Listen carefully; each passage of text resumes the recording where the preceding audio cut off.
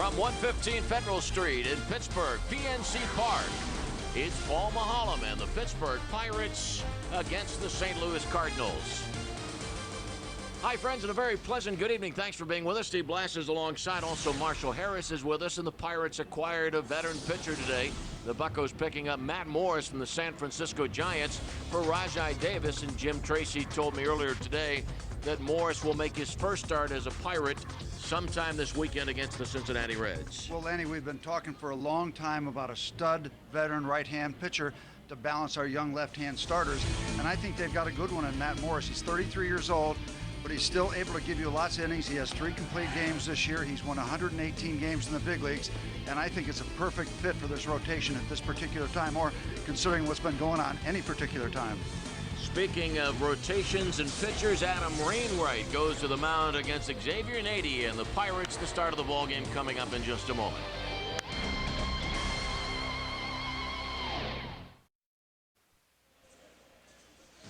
Pirates baseball from PNC Park on FSN, brought to you by PNC, leading the way by Toyota, where you can choose from 16 different fuel-efficient models to find the ride of your life. Toyota, moving forward. By Southwest Airlines, with more flights to more places than ever before. Southwest is taking low fares farther. Visit southwest.com. And by the United States Marine Corps, the few, the proud, the Marines. Game 1 of a 6-game homestand. Paul Maholm on the mound. Paul 7-12 this year. Here's the St. Louis Cardinals batting order. David Eckstein leads off. He's at shortstop. Cardinal lineup brought to you by Jeep. So Taguchi in center. Albert Pujols, 32 career home runs against the Pirates, followed by Juan Encarnacion, Scott Rowland, Ryan Ludwig, then Yadier Molina, Aaron Miles, and Adam Wainwright. Paul making his 22nd start. The numbers for Paul Maholm brought to you by PNC, and we're ready to go.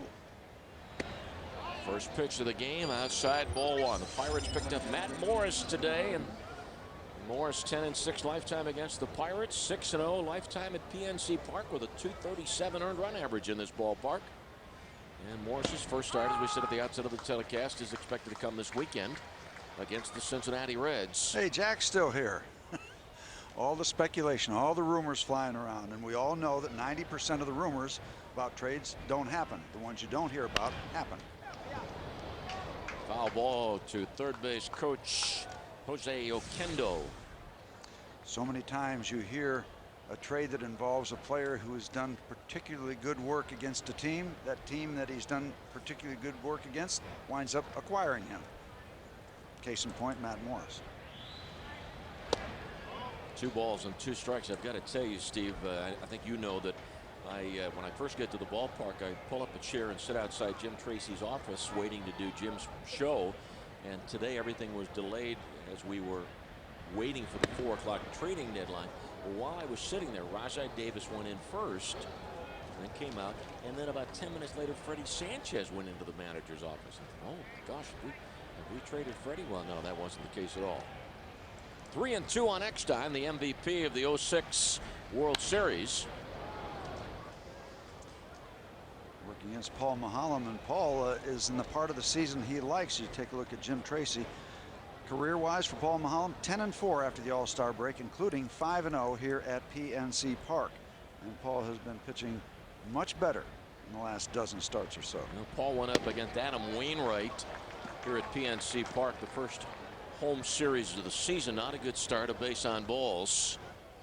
Now the Pirate defense brought to you by Rico, Bay, Nady, and Doman in the outfield left to right. Only no catching. LaRoche and Sanchez on the right side. Wilson the shortstop. Cesar Asturias at third base. Cesar made 28 starts at third base for the Dodgers last year. We're going to talk about the running game because the Pirates have not been doing a good job against base stealers. It's been quite a while since the Pirates have thrown somebody out at second base, and every team has an advanced scout, so you know the Cardinals are aware of the problems the Pirates are having behind the plate, not only throwing but catching the ball. As a follow-up to what Steve just told you, the Cardinals are last in the National League in stolen bases. They have swiped only 32 this year, and the National League average is 61 per team. Remember when it used to be the running Redbirds. 2-0 for Taguchi. sometimes those kind of stats kind of maybe go out the window if you get the kind of report the Cardinals have probably been getting about Pirate catching.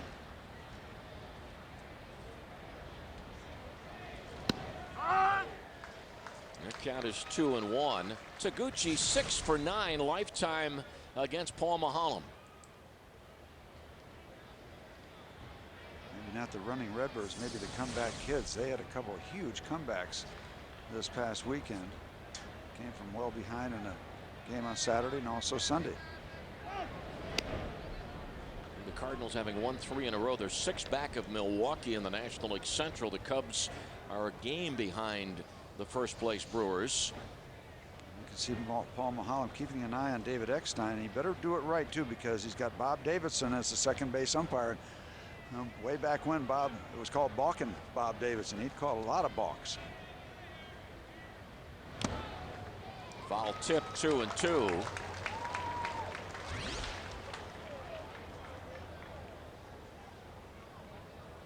Watching the Cardinals in batting practice, Laney, I don't know whether it's the weather or what it was, but they were just losing a lot of baseballs over the home run fence. They put on quite a show, reminiscent of the days of Mark McGuire. They were all hitting them all over the ballpark today. Paul shook off a couple of signs, and he's 3-2 on a second straight hitter. Let's see if La Russa has Eckstein running on a 3-2 pitch. Taguchi normally pretty good at putting the bat on the ball. And put up time for Paul Maholm, because if he doesn't get Taguchi, he's looking down the barrel at Pujols, Encarnacion, and Scott Rowland. Not good.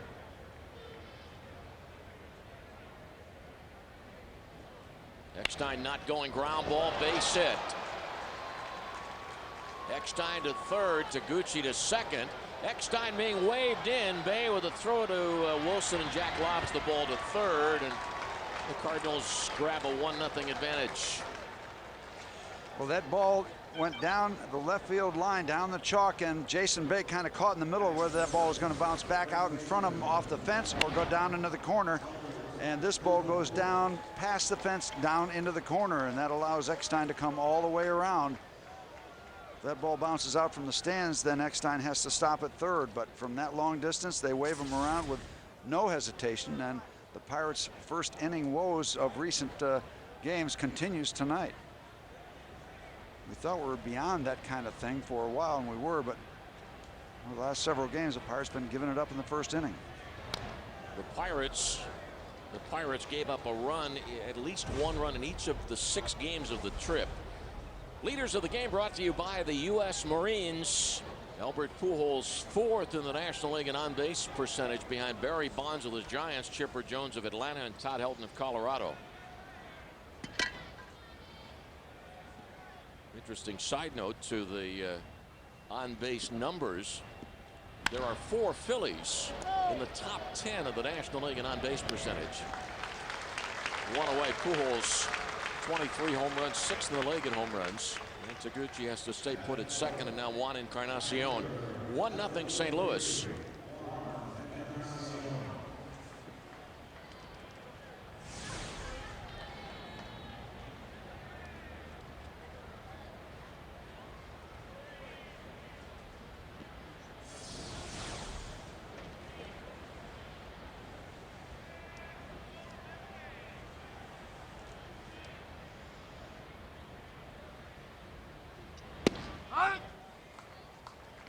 Paul Maholm has given up 17 home runs, and here's one of the guys right here was putting on quite a show during batting practice. Juan Encarnacion. I started counting him. I stopped counting because it was depressing after he sent 12 over the wall. But just 7 in the real action.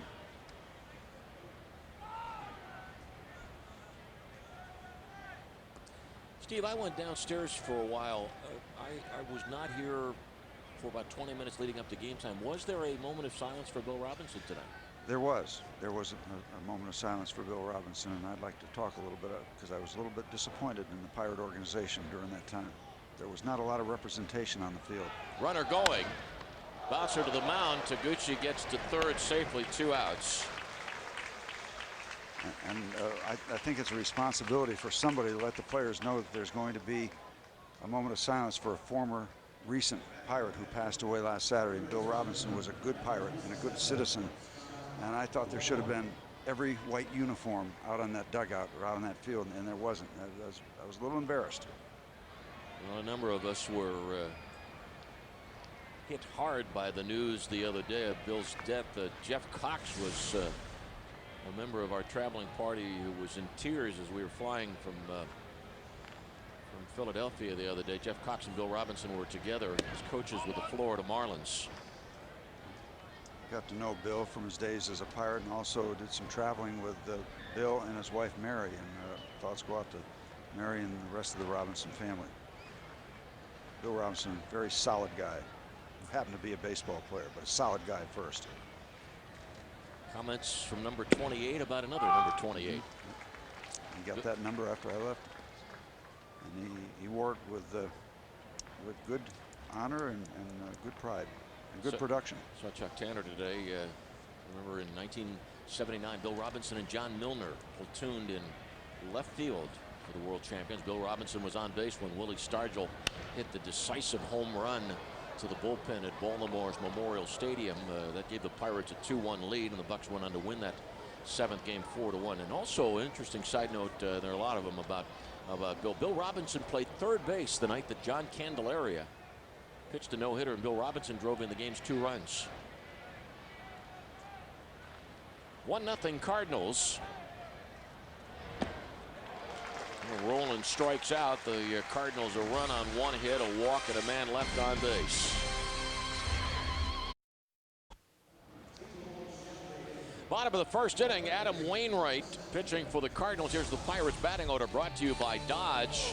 Freddie Sanchez leads the team in home runs during the month of July. Who would have thought that was a possibility? Asturias followed by LaRoche, then Benetti, Domet, Molina, Wilson, and Mulholland.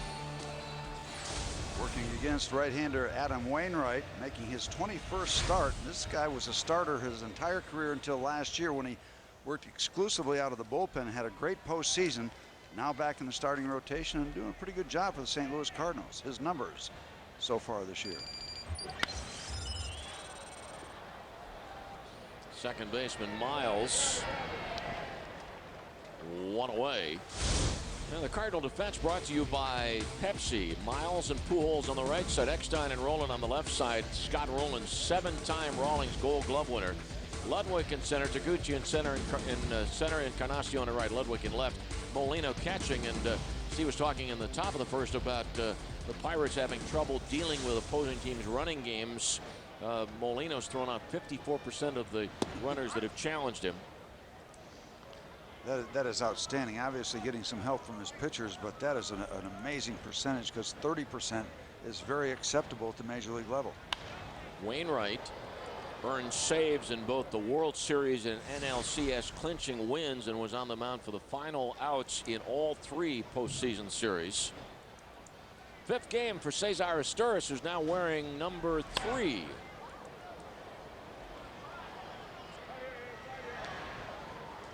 Two outs. You're into numerology. Who's got number 13 now? That would be Nate McLeod. Nate, okay. Yep. Adam LaRoche steps in. Adam batting .244 for the year, and Adam's done so much better this year against left-handed pitching. LaRoche's batting average against righties .231. So Adam against Adam Wainwright, 25-year-old out of Brunswick, Georgia, 6'7", 228. 1-0 Cardinals in the first inning. The Cardinals got Wainwright from the Atlanta Braves after the 2003 season. Kept him as a starter in the minor leagues, and as we said, bullpen duty last year, back as a starter here in 07. 4th career start, or 4th start of the year against the Bucks.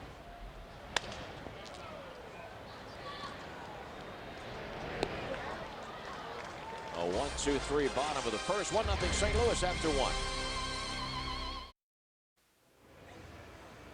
Welcome Welcome back to PNC Park, where the Pirates trail 1-0 after one inning. Just a reminder, this HD telecast of Pittsburgh Pirates baseball brought to you by A&L Motor Sales of Monroeville, featuring Jaguar, BMW, and Land Rover. Another quick note before I throw it up to the booth. You guys talking about the acquisition of Matt Morris. One of the Pirates pitchers very happy to have an older guy on staff. That's Ian Snell. He was sorry to see Rajai Davis go, but at the same time he says, quote, "I can learn from that man." Of course, Morris, great track record, just one losing season in 10 seasons in the bigs. Lanny? Well, and let's hope that since there is that veteran presence, that Ian will decide that it's wise to curtail his words. And Ian would be well served to flip it, just zip it a little bit. Well, there's much to be learned watching a veteran like Matt Morris. Watch how he prepares himself. Watch how he handles himself on the mound in good situations and bad. There's a swing and a miss. Many times good veteran pitchers know what they're doing. They get in the jam, they slow things down a little bit. When they're on a roll, they get the ball, throw it, keep that roll going. So not only watch how he prepares, what he does with video, but watch how he handles a major league ball game. That's what I was told when I come up. Keep your mouth shut and your ears open. You learn something. And I just think he's a perfect fit. The balanced righty-lefty, a veteran guy who's been around, still can give you lots of innings, 3 complete games. I think it's a terrific pickup by the Pirates, and I don't know what the Giants are smoking. 2-2 on Ludwig, 1-0 St. Louis. I think the Pirates, and all respect, no disrespect to Rajai Davis, but I kind of think it's a steal.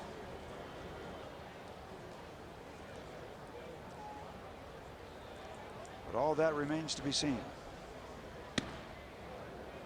Paul Mulholland 3-2 on a third batter. Eckstein walked in the first inning on a 3-2 pitch, and then Taguchi on a 3-2 pitch doubled. Yadier Molina is on deck. And after that, Paul did a terrific job against Pujols, Encarnacion, and Roll in the heart of the Cardinal batting order.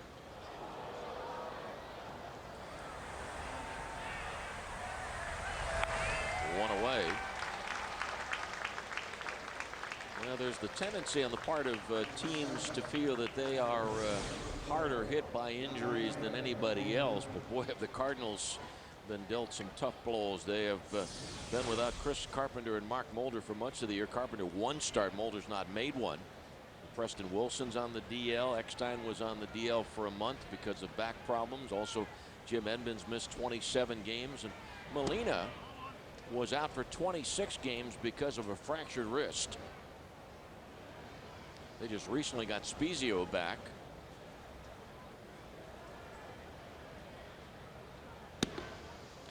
See, Paul Mulholland's getting the, I'm not sure which Astro pitcher it is that does a lot of the glove grinding and waving, but Paul's getting into that tendency. Just kind of a unconscious kind of a thing. Watch the glove. See that kind of a wiggle to get that feel.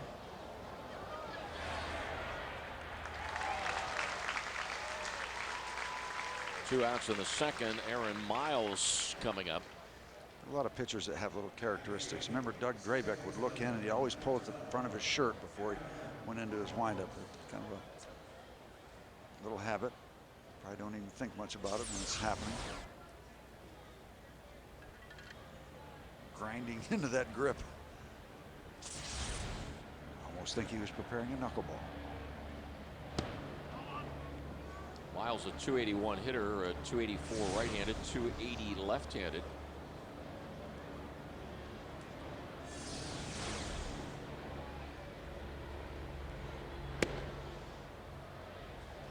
The Pirates 13.5 back of Milwaukee in the National League Central after the Pirates suffered through a 1-5 trip, and the Bucks have dropped 13 of the last 15. As we said at the outset of the telecast, the only 2 wins recorded since the All-Star break, picked up by Paul Mulholland. You'd almost think that Aaron Miles would be better with the Pirates than the Cardinals because we could use him that miles away from ordinary. Well, that team is not going to use that particular advertising. Not the St. Louis Cardinals. The brewer that backs them, owns them, however you want to say it.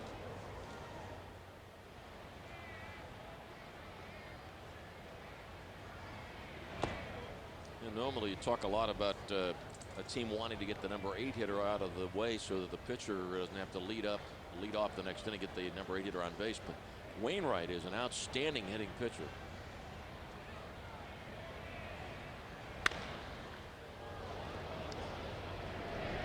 But Wainwright will lead off the Cardinal third at the end of an inning and a half. The Cardinals lead it 1-0.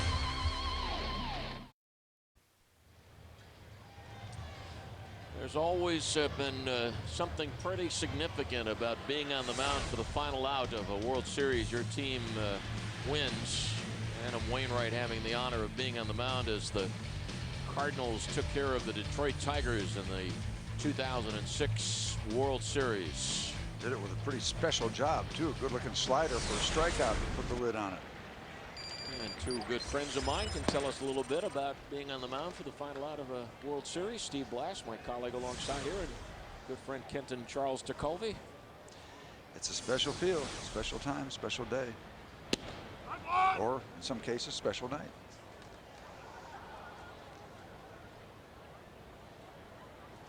Which Adam Wainwright are we going to see tonight? The one that got lit up last time out against the Cubs. 5 innings, 6 earned runs.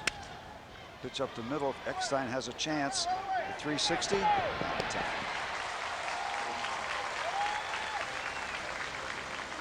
First Pirate hit of the game. Bay coming in, sporting an average of 253. Pirates baseball on FSN brought to you by Aflac. Ask about it at work. And Jeep. Hurry to your Jeep dealer and see how good the best values in America can be. And just to finish up on that thought about Wainwright. Yeah, last time out, 5 innings, 6 earned runs against the Cubs. The previous 2 starts, total of 14 innings and 1 run given up. It's been a little bit of both recently for Adam. Wainwright near perfect at Kansas City June 13th. 8 innings, allowing no runs, 1 hit.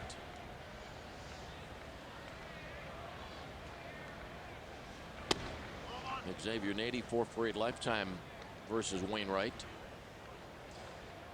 And kind of a roadie. Very, very impressive ERA. Last 5 starts on the road for Wainwright. An ERA 185. Steve, should there be some differential between pitchers' home and road records? I don't think so. I think it's a complete coincidence. Once you get out there, it's 60 feet 6 inches. And if you're thinking about much other than that, the ballpark, the opponents, the town, no, there shouldn't be. Are some mounds more comfortable from which to pitch? Yeah, a little more comfortable, but I think that's a minor issue.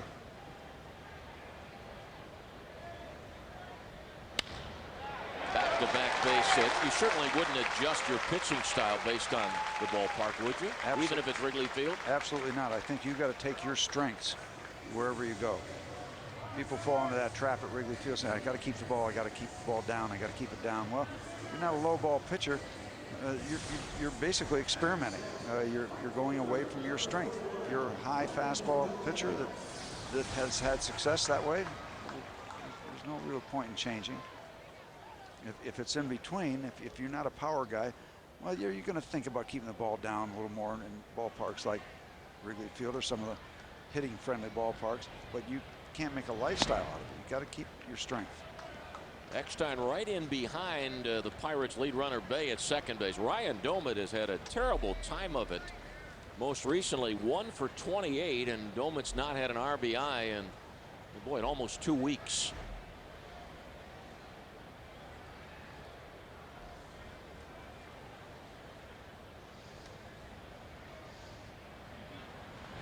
You know, you speak about all that offense, Lane, and to me, with an overview, in this day and age, if you're averaging less than 3 runs a game, which the Pirates have been doing the last 15 games, you can't win, you can't accomplish much, and they're 2-13 in the last 15. I mean, you've got to score more. Pitching and defense, yeah, that's the foundation, but do have to score some runs.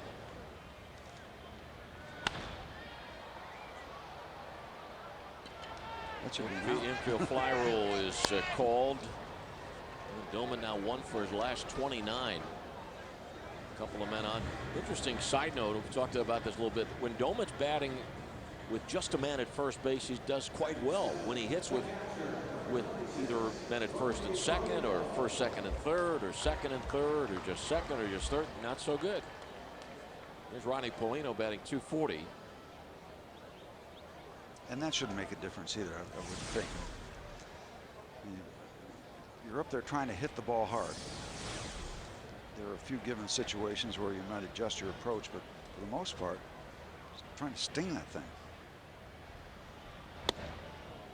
Ball one on Paulino. Some of the other deals that were made today. The Phillies got Julio Mateo from Seattle. Yotel traded by Kansas City to Atlanta for Kyle Davies. Ensberg goes from the Astros to San Diego, and Rob Makoviak from the White Sox to San Diego.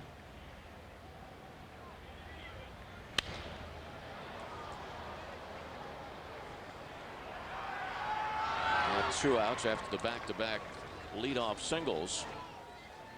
Program reminder, the ultimate nightly highlights show, the FSN final score in this evening. Extended highlights of the Giants and Dodgers, keeping tabs on Barry Bonds, Orioles and Red Sox. The only national show that gives you nothing but wall-to-wall highlights. The FSN final score tonight on FSN, right after FSN Live. Wilson Benemet traded by the Dodgers to the Yankees for Scott Proctor, and Eric Gagne dealt by the Rangers to Boston. Jack Wilson just 4 hits in his last 30 at-bats. And stay tuned for more player movement. Even though it's a trade deadline, quote unquote, they find ways to move players around. And I don't know how they do it, or why they are allowed, but there's conditions and ways that they can get it done, and they do it. And if you want evidence of what Steve just told you, Jason Bay was acquired by the Pirates for Brian Giles in late August. The other deadline, by the way, is August 31st. A player to be eligible for the postseason for a club that's going to be in postseason play. That player must be picked up by the end of August.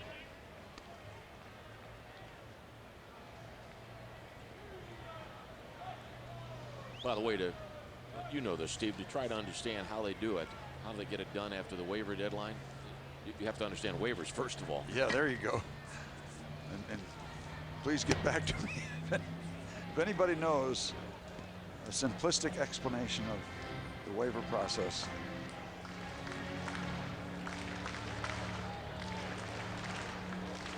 Well, the phone never stops ringing for a general manager.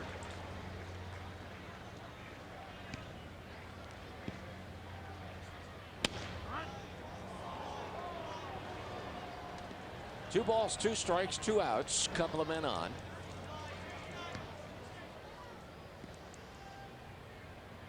One of the other reasons, by the way, speaking of trades and acquisitions and all that, with 2 outs, I'll probably start a story when this pitch results in something. But I always liked Matt Morris for one other reason. He always negotiated his own contracts, did not use an agent. I don't know, that kind of appeals to me, that he's his own man in that particular regard. And by the way, did some very successful negotiating. Bay will break from second and Nady from first. 2 outs, 1-0 Cardinals, bottom of the second inning. Wainwright's 3-2 pitch, runners going. Base hit to left, and the game is tied at 1. Throw to third. Jack Wilson comes through with a 2-out single to tie things up in the bottom of the second. Nicely done, Jack. And nicely done by Nady to get all the way around to third base, even though that ball was hit on the ground to left field. Safe Auto reminds you, you are safe at home with 1-800-SAFE-AUTO. Safe Auto proudly supporting the Obadiah Cole Foundation for Prostate Cancer Research. Early detection is the cure. Paul Maholm hitting 175, but Paul strikes out half the time that he's at the plate.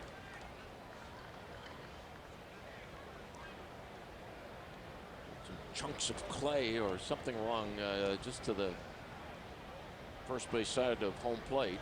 Well, the science of hitting is very important to Paul, so he's going to make sure that gets squared away. You want to have all the conditions right.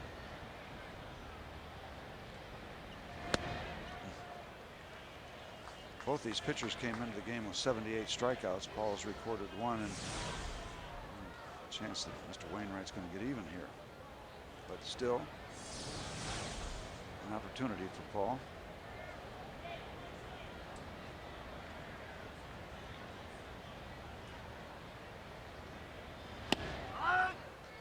The Pirates are 2-6 against the Cardinals this year. St. Louis was in Pittsburgh for the opening home series, and the Redbirds took 3 of 3, and then the Buccos took 2 of 2 in St. Louis, April 16th and 17th. But the Pirates dropped all 3 games at Busch Stadium, May 22nd, 23rd, and 24th.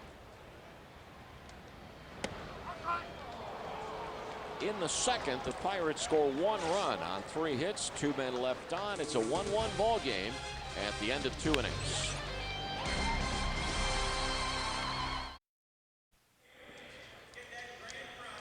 Each of the 3 Sky Blast games features Zambelli fireworks with a different live music act on stage. Thursday the 16th of August, Styx, then Friday the 17th, Smash Mouth. Saturday the 18th, the Poverty Neck Hillbillies. For details on how you can meet and greet the band of your choice, visit pirates.com/concerts anytime through August the 8th.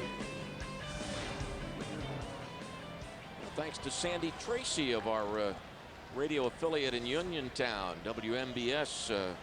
Sandy sent along a little gift for us. Thank you. And also an article about our dear friends Sarah and Patsy Petro. Celebrated a 60th wedding anniversary. I'm not sure exactly when it was, but this is where it is, July. The article in the paper was dated July 29th, so I guess very recently. That's wonderful. Patsy and Sarah have been tremendous ambassadors for the Pittsburgh Pirates. And again, thanks to Sandy Tracy for sending that all on to us. See him all the time on the Caravan. Wainwright hitting .257. This year he's a .293 lifetime hitter. Has a home run. It came off Noah Lowry in San Francisco May 24th last year.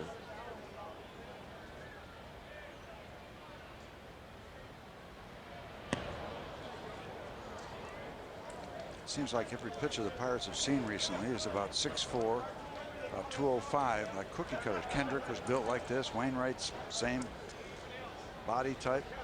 A couple other Philly pitchers.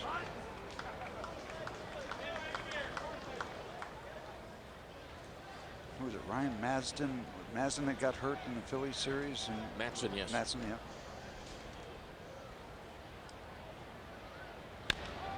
Foul ball at the plate. 1-1 game.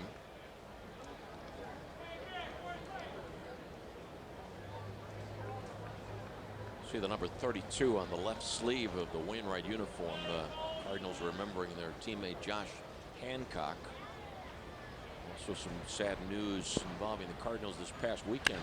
Mike Shannon's wife passed away. Mike, former Cardinal and a longtime Cardinal broadcaster. Mike's wife was battling brain cancer for a year.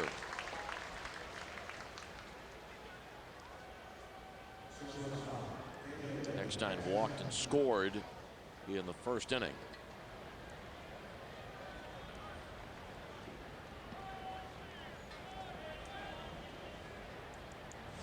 Pirates acquiring Matt Morris from the Giants, and the Cardinals acquired Joel Pinheiro from Boston. Pinheiro had a couple good years back several years ago with the Seattle Mariners. 14 and then 16. What's he doing up here? Mark Vidonic, why are you in the booth? Who's babysitting the guys in the truck?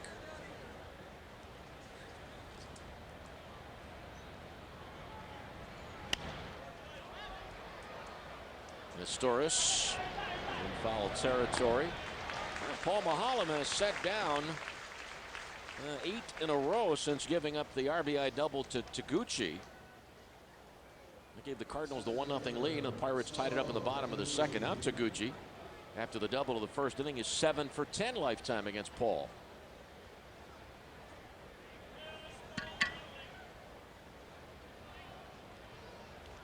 Here's some information on the explanation for the waivers. That's why he came up here to bring you that? Yeah. Thanks, Mark.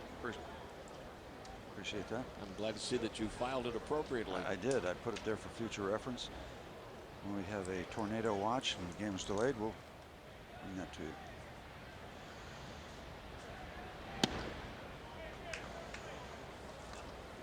I'm not sure you filed it properly. You sure? Oh, really? There you go. Yeah, boy. Thanks again, Mark. Appreciate that. There's nothing you can say that will bring enough honor and respect and thanks to guys in the truck when they do things for us. Just go way out of their way. It's hard to describe how we feel.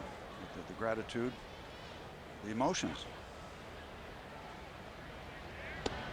2-2 on Taguchi. I mean, what are friends for if you can't use them?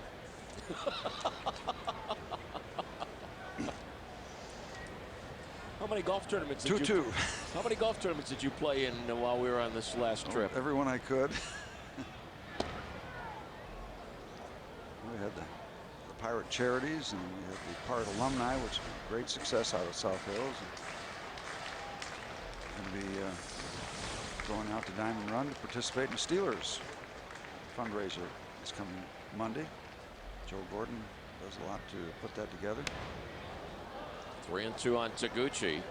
Let's see, Paul has been 3-2 on 6 of the first 11 batters.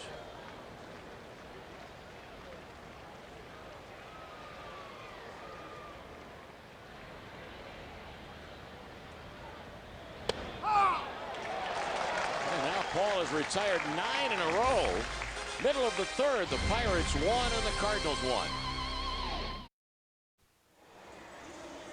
On the Southwest Airlines scoreboard after 2.5, it's a 1-1 ball game. October, Fox Sports, once again your home for America's grand old game with the most dramatic, compelling, and heartbreaking moments in sports.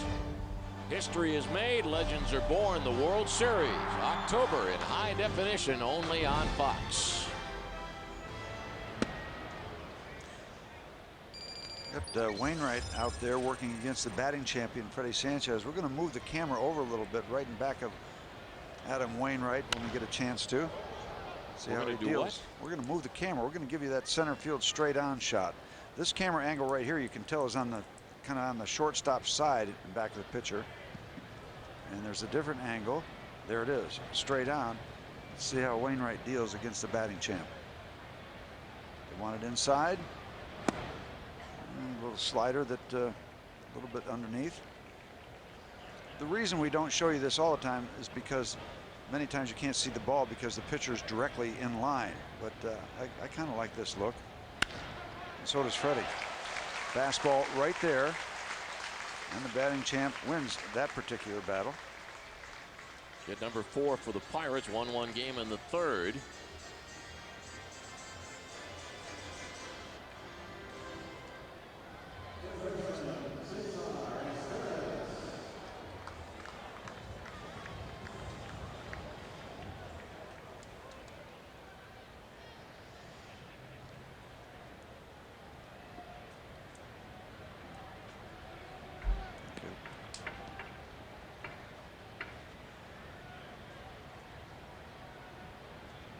We got something going. Now we're going to go back to the more traditional look from the angle on the shortstop side.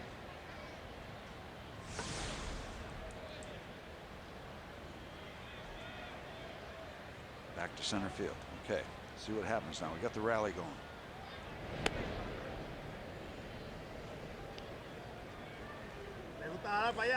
Freddie has not stolen a base this year. Been thrown out once.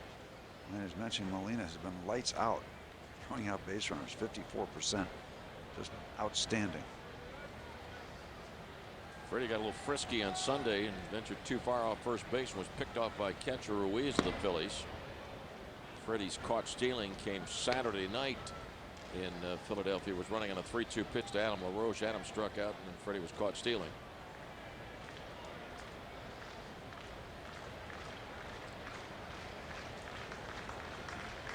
Albert Pujols won a Gold Glove last year. Here's the straight on look again to Caesar. Freddie's running. Foul ball. Sanchez back to first.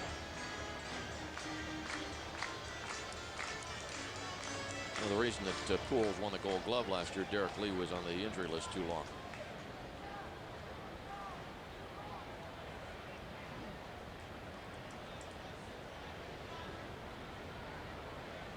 Left fielder Ludwig is shallow and towards the line, even though there's a left-handed batter in the box, but the Cardinals knew what they were doing. Ludwig is positioned perfectly, one away. Cesar, the switch hitter, batting left-hander against Wainwright. Freddie back to first. Mr. Pujols has found a home at first base. Because remember when he first arrived in the big leagues, played a little bit of third base, played a little bit of left field. Outside pitch, and Cesar pops it up directly to Ludwig.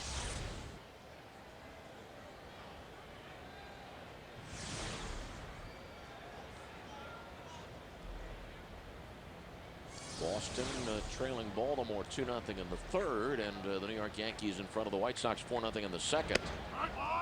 In the American League East, the Red Sox are 8 games in front of the Yankees. In the Central of the American League, the Tigers are a game better than the Indians, and the Tigers are at Oakland later on while the Indians entertain Texas. No score, Rangers and Indians in the third.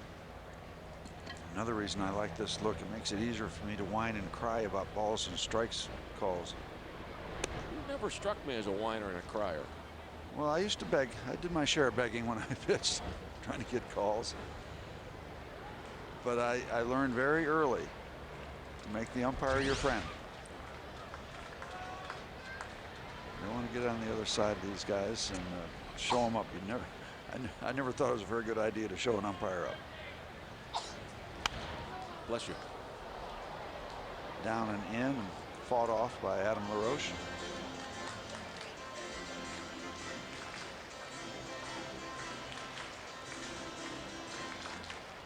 That pitch to Adam, you can see it. You see Molina setting up inside, and that's exactly where Wainwright puts it. Maybe wanted to go a little more inside, but got it in far enough where all Adam could do was just kind of foul it away. My Adam's mixed up here.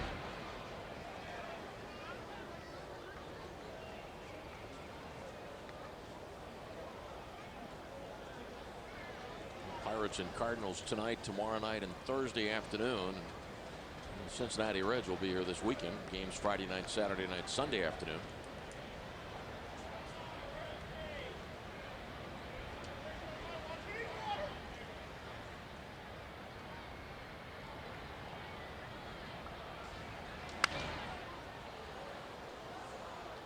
Third baseman Rowan down the line, and he makes a fine catch. Well, it's the second time in the last 2 series we've seen a third baseman go way down the left field line. Of course, it very often comes into play more frequently here in this ballpark because of the spaciousness of left field, and many left fielders either playing deep or playing into left center. This guy, to me, is as good as it gets as third base. Mike Schmidt said that he is the best third baseman he's ever seen. Mike Schmidt was pretty good. When I see Scott Rowland play third base, I get the idea that the field is small. He's such a big man that he shrinks the field. Both going back on a play like that, going to his left. As you said, he's won 7 Gold Gloves.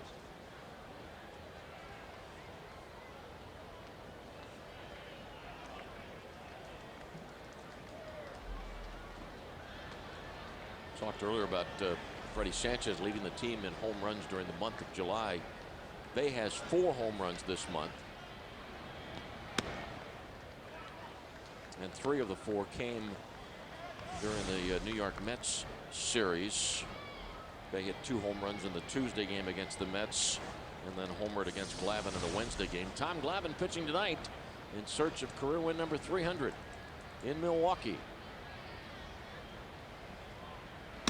Couple of milestones available. Yes. Mr. Bonds available, and Mr. Glavine would join Lefty Grove, Eddie Plank, Steve Carlton, and Warren Spahn, lefties who have won 300 or more. Mr. Spahn leads the list with 363. You know, the paper today, there could be 3 milestones today if Glavine wins, if Bonds homers, and if Alex Rodriguez homers. Maybe 500 for A-Rod.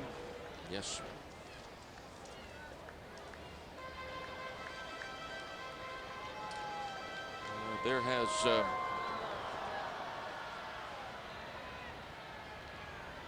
one other pitcher, by the way, has recorded a 300th win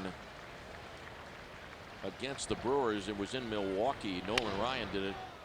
Number 300 pitching for the Texas Rangers in Milwaukee, July 31st of 1990. On this day in 1990. They gave him one last start before the deadline, or one more. He survived the deadline, so they let him pitch. By the way, no pitcher has won a 300th game in a Mets uniform. Everybody thinks of Tom Seaver. Well, he moved on to the Cincinnati Reds and White Sox. No runs, one hit, one man left on after 3. The Pirates won and the Cardinals won.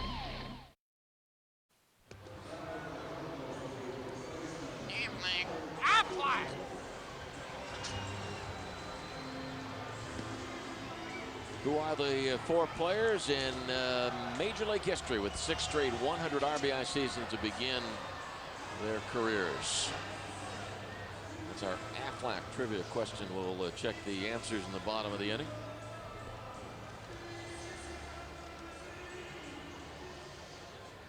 And now Pujols, second on the Cardinal all-time home run list. He has 273. He's moved ahead of Ken Boyer, and he's quite a ways yet. He's 402 away from Stan Musial. We're talking about milestones. Mr. Rowland reached a milestone Sunday with his 1,000th career RBI. He'll be batting 3rd this inning.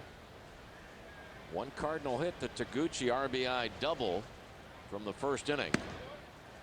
Paul's retired 9 in a row since giving up that lone, the lone hit to the Cardinal center fielder. And an efficient inning here in the 4th.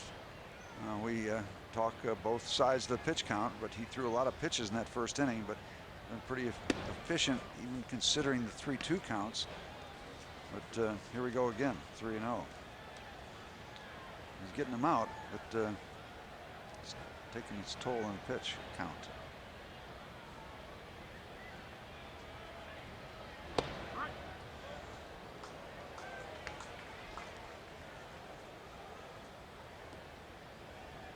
.23 home runs for Pujols. He's hit 7 since the All-Star break.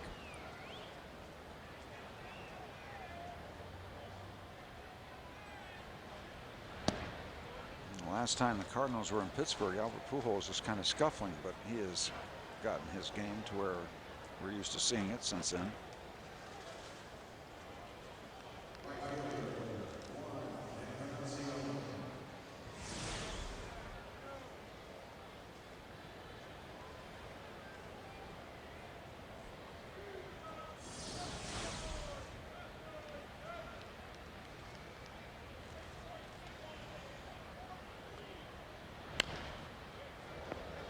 Glavine pitching tonight for the Mets in Milwaukee. Jeff Suppan on the hill for the Brewers. Phillies and Cubs at Wrigley. Adam Eaton against Jason Marquis. And just one game separates the Brewers and Cubs in the National League Central.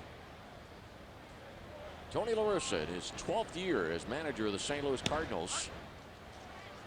La Russa has led teams to the postseason 12 times. Last year, he led the Cardinals to the postseason for a 7th time in a World Championship for the Redbirds,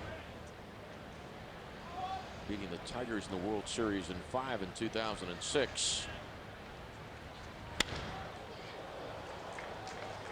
Well played on one bounce by Domet. Pujols to second on the Encarnacion single. Well, and he was a couple weeks ago. We were hearing some rumors, rumors flying around about Tony La Russa, whether he was going to stay as a Cardinal manager or maybe up to another town. Well, Tracy Ringlesby, who's one of the better baseball writers in the country, was the guy that offered up the story about La Russa returning to the Chicago White Sox and La Russa's relationship with the owner of the White Sox, Jerry Reinsdorf. Scott Rowland struck out his first time up. Tony La Russa's Oakland A's swept the Giants in the Earthquake World Series of 1989.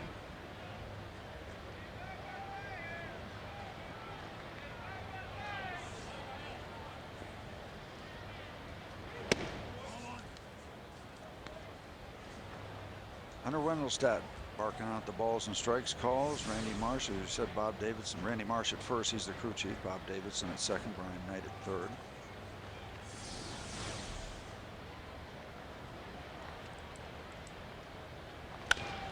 Get two. Jack to Freddie to Adam on the play. Pujols to third. Good deal. 6-4 of 3.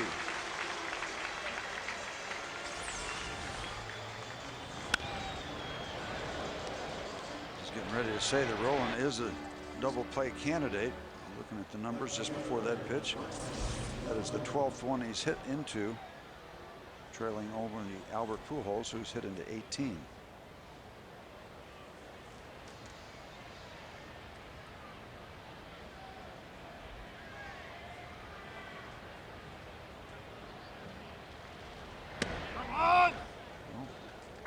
Getting the job done in and around full counts and getting a big double play ball off the bat of Scott Rowland right there, keeping it very nicely intact.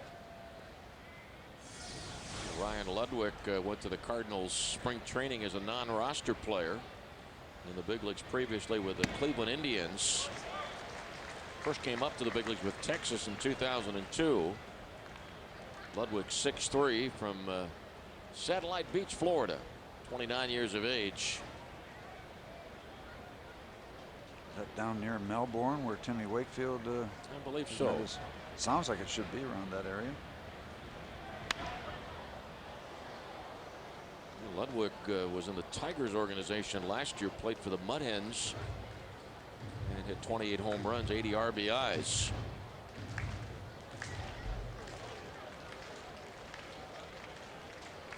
Resides in Georgetown, Texas. Runner at third, 2 outs, 1-1 ball game.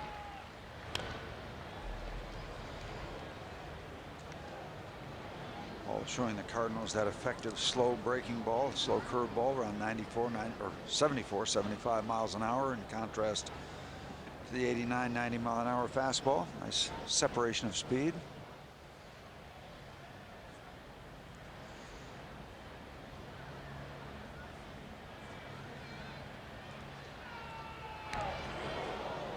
Two pitch hits Ludwig. Runners at first and third for Molina.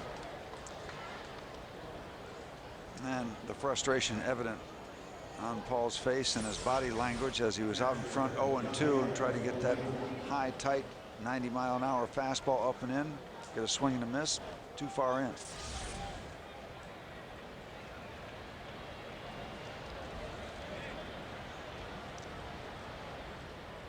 Going to check on Ludwig. Make sure he's all right. Barry Weinberg, the trainer of the Cardinals. Barry's been with Tony for a long time. They were together in Oakland. Yep, Barry Weinberg spent a little time in the Pirate organization way back when.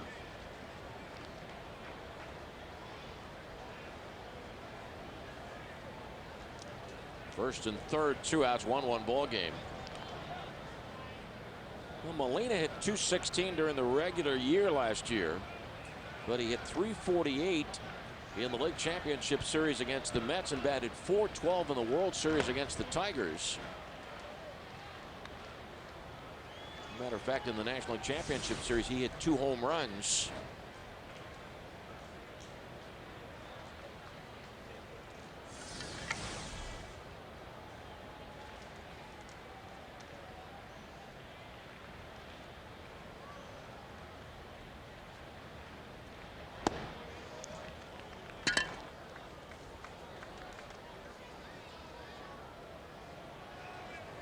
Molina had a 2-run homer in the 9th inning of Game 7 of Aaron Heilman, a 3-1 decisive win over the Mets.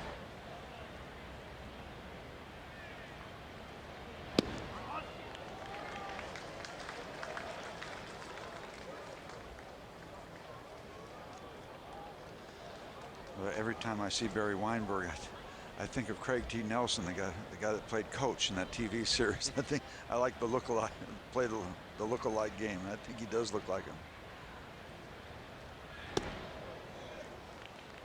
And here we go, another extended at-bat, and these Cardinals are seeing a lot of pitches. Here's Coach. 8th time that Paul has gone to 3 balls. on a Cardinal hitter. 1-1 game. We're in the top of the 4th inning.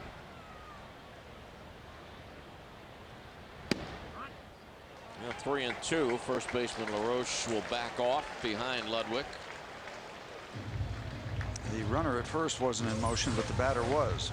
He is called back.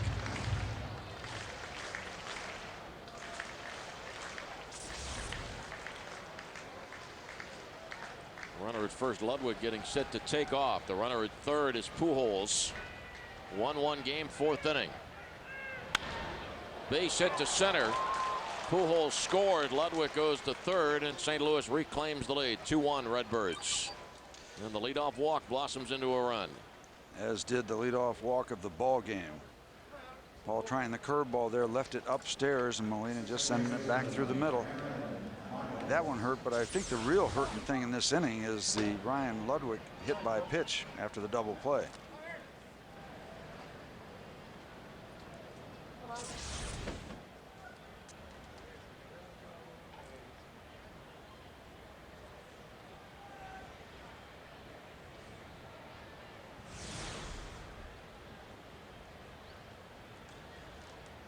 The door is still open.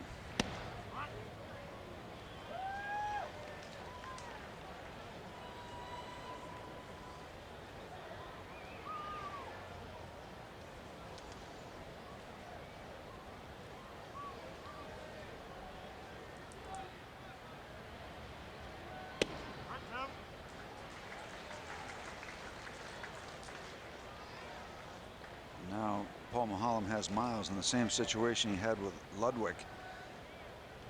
Got to be alert behind the plate here. Runner at third base. Paul has thrown 4 wild pitches. 0-2. Sometimes you try to get him to chase downstairs.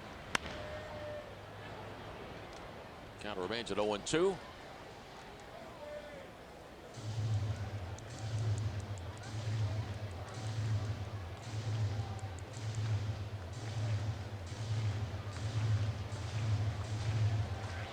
Ludwig, the runner at third. He moved to third on the Molina single that knocked in Pujols and put the Cardinals up 2-1. Runner breaks, double steal is on, and the Cardinals have Ludwig hung out. The Pirates getting Ludwig in the rundown between home and third. Nicely done. Paulino to Cesar Asturias. Cardinals pick up 1 run. Ludwig thrown out between home and third, and the inning. Pirates called it well, called for the pitch out, and knew it was coming, or thought they did.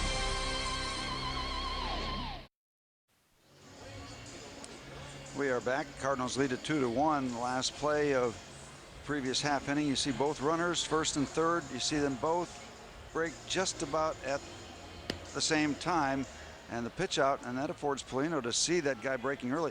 I think if the Cardinals want to do it a little better, they have the guy at third hesitate a little bit, and you got more of a chance of Paulino throwing the ball to second base. Well, I don't know that camera shows it real well. I don't know the double steal all that well, but it seems like if he waits a little longer, they've got a chance to get the throw to second base. But Paulino with the pitch out has a chance to see him because of his early break.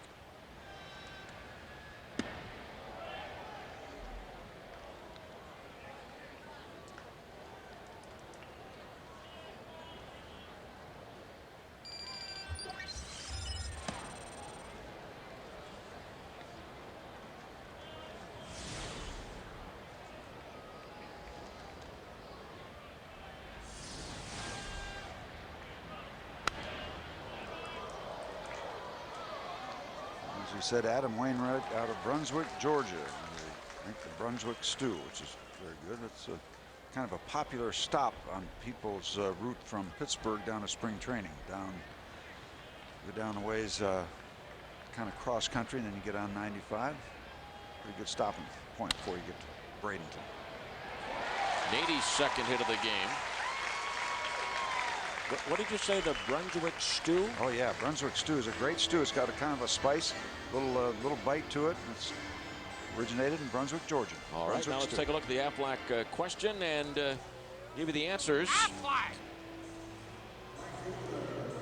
We're the 4 players in Major League history with 6 straight 100 RBI seasons to begin their careers. The answers are Ted Williams, Joe DiMaggio, Al Simmons, and Albert Pujols.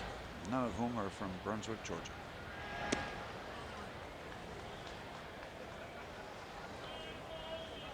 Ryan Doumit popped out to third baseman Roland in the second inning.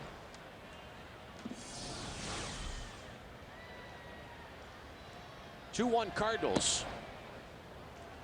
Time called Molina to the mound to talk to Wainwright. On Thursday, a 12:35 game, and before the game at 11:30, between 11:30 and 12:30, Rick Russell, John Smiley, and Bob Walk will be signing autographs. That's on the Riverwalk, 11:30 to 12:30 on Thursday. And Bob's not even working that day, huh? What a gesture. Big money. Big money. I see. The old appearance fee.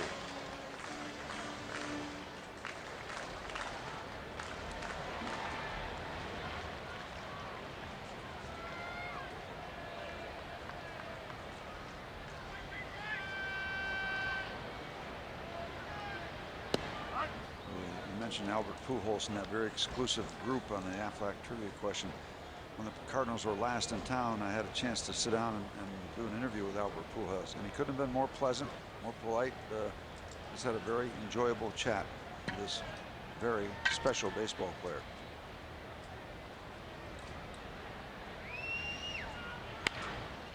Count 2-2 on Doumit.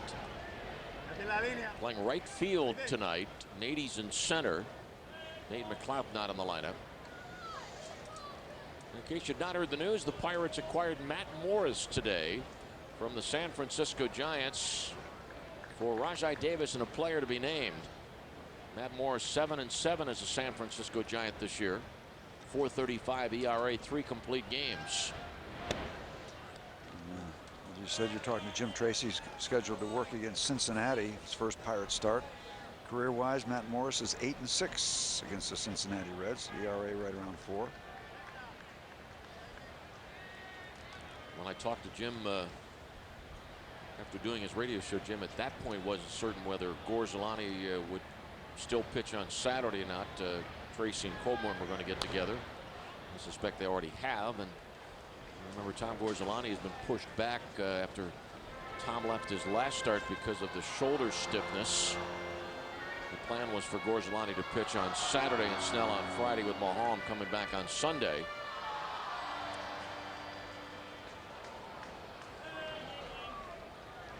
(2-1) St. Louis. Pujols playing behind Nady at first with nobody out. Runner going. Fly ball to center. 1 away.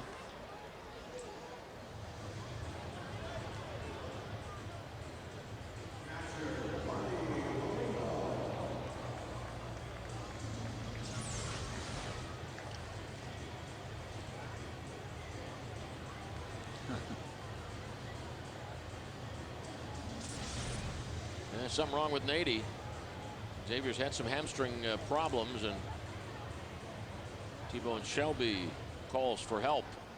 Brad Henderson, the Pirates head trainer, and Jim Tracy going to go out. These hamstrings can be lingering things, and you think you're well and you're not, and that's why they play it so safe, or try to play it so safe in terms of time with hamstring issues. They had him running twice.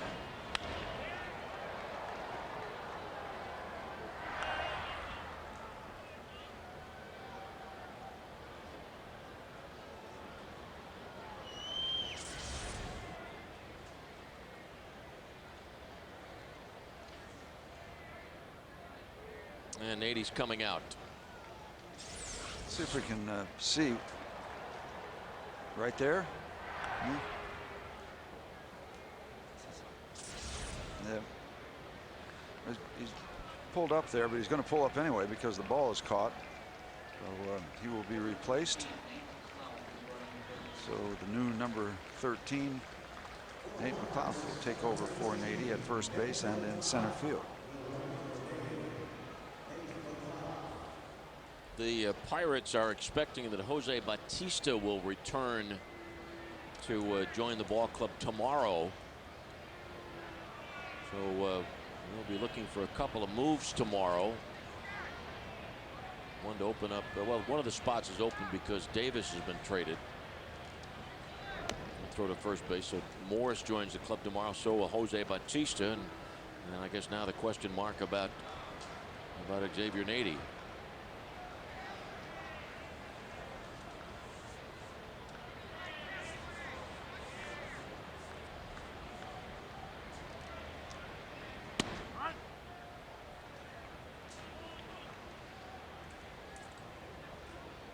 St. Louis on top 2-1. Cardinals 6 back of Milwaukee in the National League Central.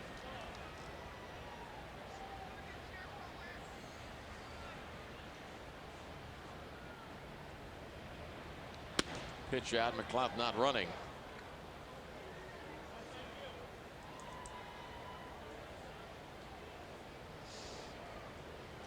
You would have to look for an opportunity to run, Nate.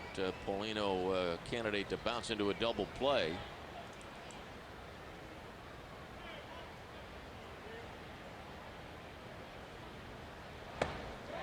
Check swing. Randy Marsh says that Ronnie did not swing, and the count's 2-1.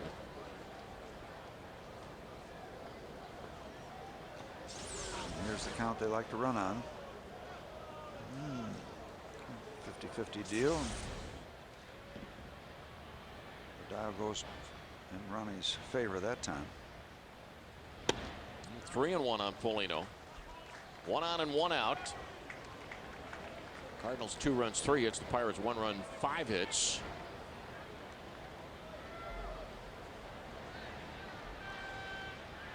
No stranger to the Pirates. Wainwright making his 4th start of the season against the Bucks. 1-1 in the previous 3. McLeod running, ground ball. Miles in a perfect position to get the batted ball and throw out Paulino. Yep, and if he's not there covering as the runner takes off, that ball is going to be a base hit up the middle. So mixed emotions. You got a guy in scoring position, but if you don't send him, might have runners at least at first and second, maybe first and third.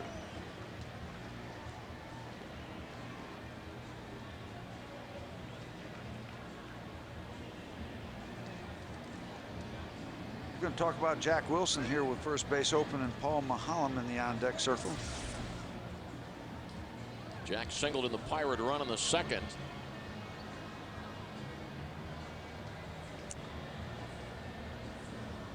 They're talking it over, which leads me to believe that they're going to pitch to him. If they weren't going to pitch to him, that might have already been decided, and this conference would be unnecessary. Also the possibility in these kind of situations that you'll try a pitch or two to see if the batter will fish at something bad. Molina checks in the dugout, so all that in the mix, and now we're going to talk it over again.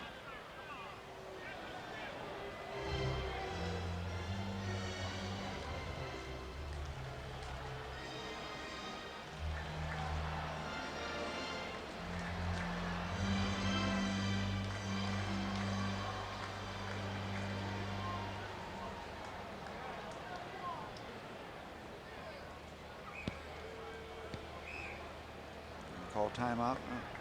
No, no. The wheels are turning.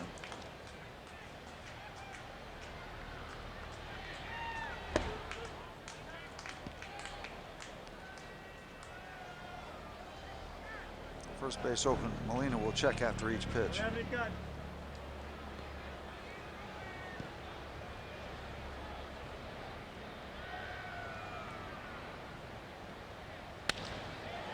Base hit to right center field. Jack second of the game.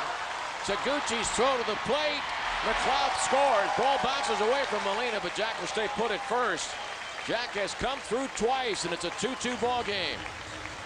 And the Cardinals decide not to work around him and pitch to Maholm. They pitch to Jack, and they pay the price. You got a brand new ball game. Jack Wilson coming up big here in the bottom of the 4th.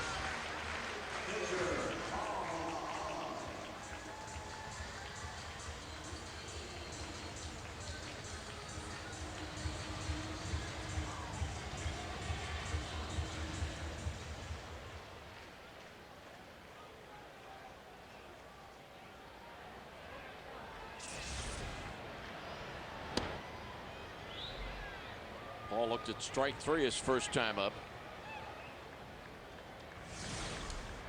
Let's check in with Marshall Harris. Lanny Jack Wilson seeming to be letting out a sigh of relief after not being traded before today's 4 o'clock deadline. As he advances on, Wilson saying before the game it's been a couple of stressful days, especially since there was an off day yesterday. He said he spent all day waiting for the phone to ring, and a couple of numbers came up he didn't recognize. He thought maybe he had been traded. Even talked to Sean Casey about the rumors about him going to Detroit, but all in all, he says he's happy to be in a Buccos uniform. He signed to play here, and he'd love to stay here. Of course, as you guys talked about, because of that non-waiver trading deadline, there's still a chance he could go elsewhere, but he says for now he'll just enjoy his time as a Pirate. 2 for 2 tonight. Yep, we're all enjoying it with him. Top of the order for Freddie Sanchez. Paul Maholm's 8th hit of the year. Paul's done a good job. Talk about Wainwright being a very good hitter, and he is. He has 9 hits now. Paul within 1 of that mark. No little thing either when you can take it up to the top of the lineup and you have a guy like Freddie Sanchez who is perfectly capable of keeping this thing going. And they're shading Freddie way over toward right center. Taguchi several steps toward right center. So they are giving Freddie Sanchez all of the left field corner and a good bit of room in left center field, as Ludwig looks like a very lonely man in all that green real estate. He's the one Cardinal between the left field line and right center field. Interesting too in that Wainwright's throwing him some slow curveballs, which are pitches you can pull, and they've set up for him not to pull the ball defensively. At least that's the setup in the outfield. Infield pretty straight away.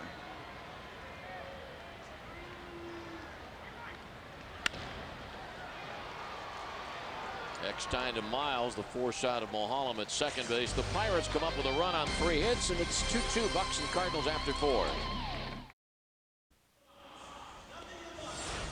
Couple of injuries for Xavier Nady on April 21st at Dodger Stadium. Suffered a hamstring injury. June 6th game, more leg problems for Xavier, and he's forced to check out of the ball game tonight. And a fly ball to center field. Comes out of the game. McClout, the pinch runner, comes around to score the run that ties the game at 2, and Nate stays in the ball game to play center field.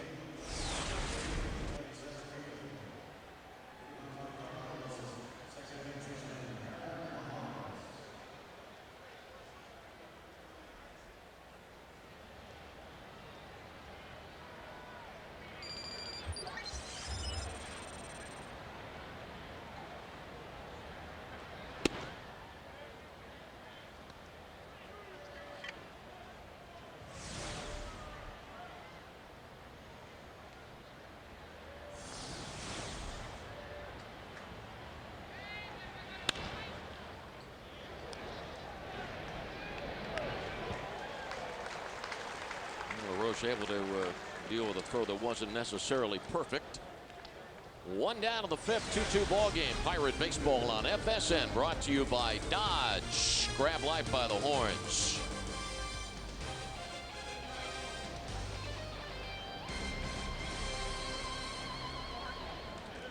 Pitcher Wainwright flied out his first time up. 2-2 game.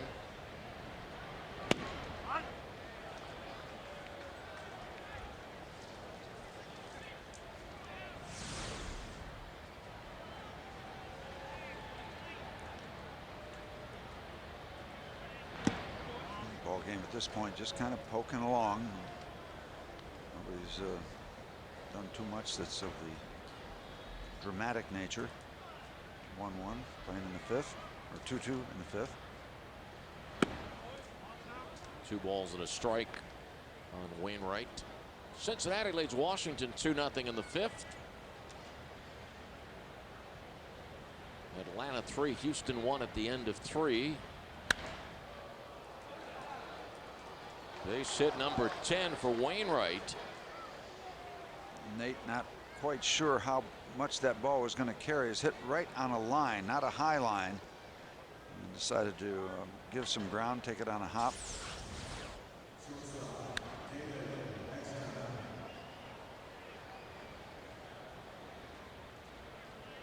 Top of the order, Eckstein. The Cardinals scored in the first inning, doubled by Taguchi, drove in Eckstein. In the Pirates' second, Nady came up with a base hit right after the infield single to Bay, and then after 2 outs, Jack Wilson a run-producing single to tie the game at 1. The Cardinals in front 2-1 in the top of the 4th inning. Yadier Molina singled in Pujols. Pujols had walked to start the inning, and the Pirates in the bottom of the 4th tied the game. McLeod, a pinch runner, scoring on the Jack Wilson base hit.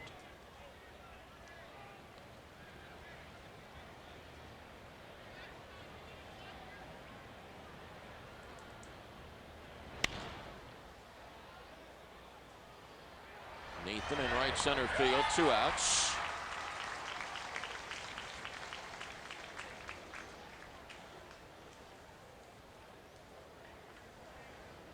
The Cubs jump out in front of the Phillies 2-0 in the bottom of the 1st inning. Mets and Brewers no score in the 2nd. Tom Glavine pitching for New York tonight, trying to pick up career win number 300.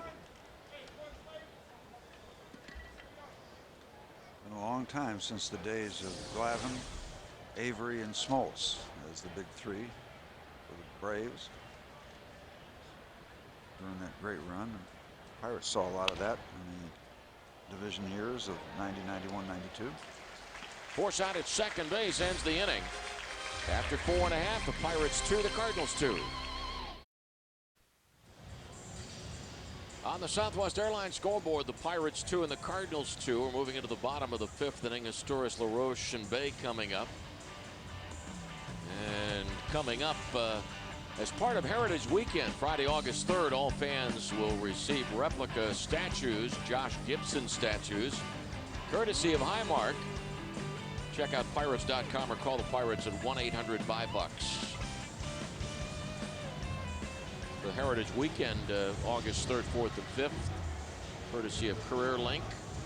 Games against the Reds Friday night, Saturday night, Sunday afternoon. We'll be excited about seeing our good friend Pete McCannon, who's doing a real fine job as the interim manager of the Cincinnati Reds. Asturis 0 for 2, playing third base tonight. Xavier Nady did leave the game because of a left hamstring injury.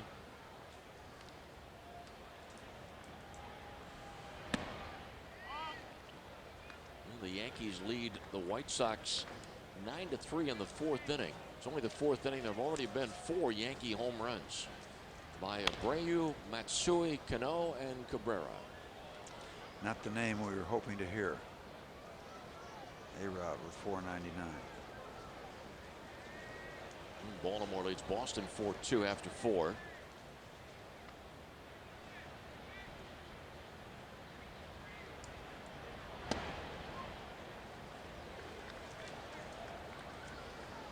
No scoreboard in baseball does a better job than the scoreboard here at PNC Park, keeping fans informed. Up on the board just a moment ago, they had the note about Nady leaving because of a hamstring injury. 1 away in the 5th.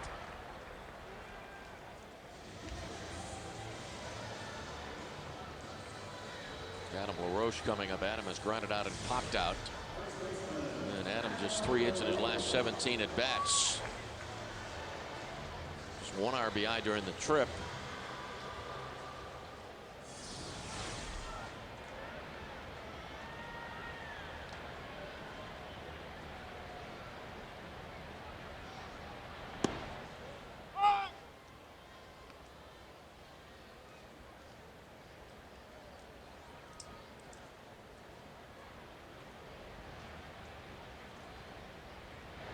Bob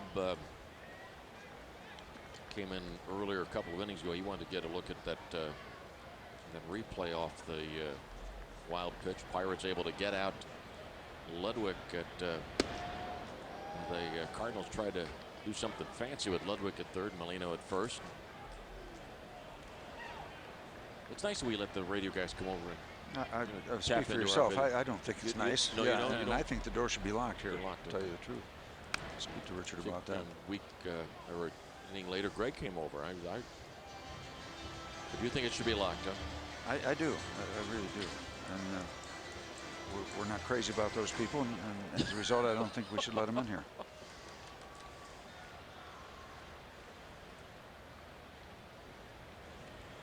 Wainwright's 2-2 pitch. Now, if John wants to drive in from the North Hills, he's That's okay. perfectly welcome. Okay. Yep.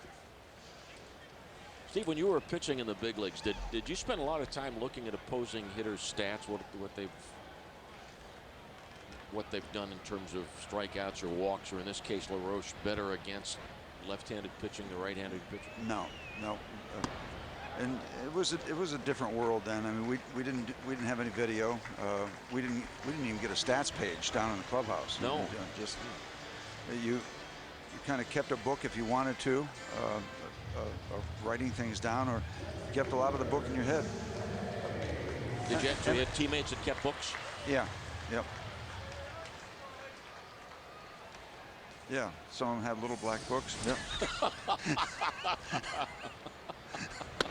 Pitch to Bay. I'm sure they're all opponents. Yeah. That just happened to have covers that were black. You don't want to name names, do you? No, I don't. No, okay. Time called. Dave Duncan, the pitching coach, going to the mound to talk to Wainwright after the walk to LaRoche, and Wainwright falls behind Bay. 1 ball, no strikes.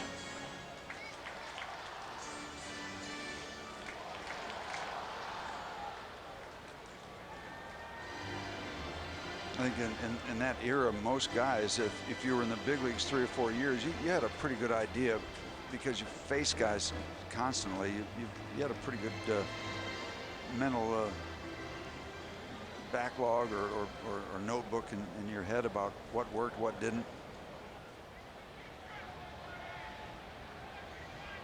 Well, if you were facing a team that had a guy that you hadn't seen before, just got called up in the minors, ball looped down the right side, out of play.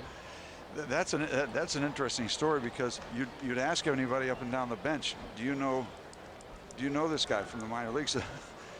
True story. Harry Walker hollered down the bench, and the Astros had a new player, and hollered down, anybody know this guy? And Bob Villery said, yeah, I do. He said, well, he's a real nice guy. Nice fella. 1-2 on Bay.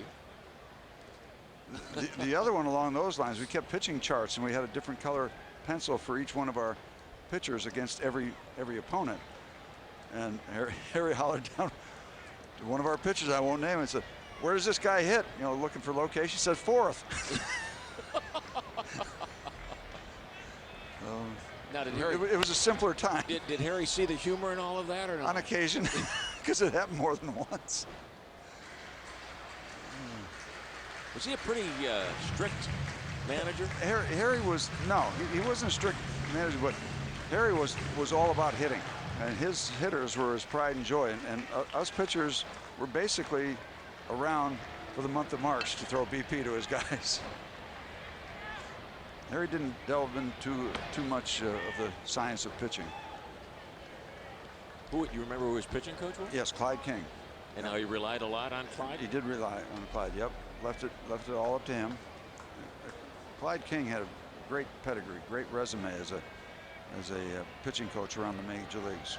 Different stops, a lot of different major league pitching coach assignments.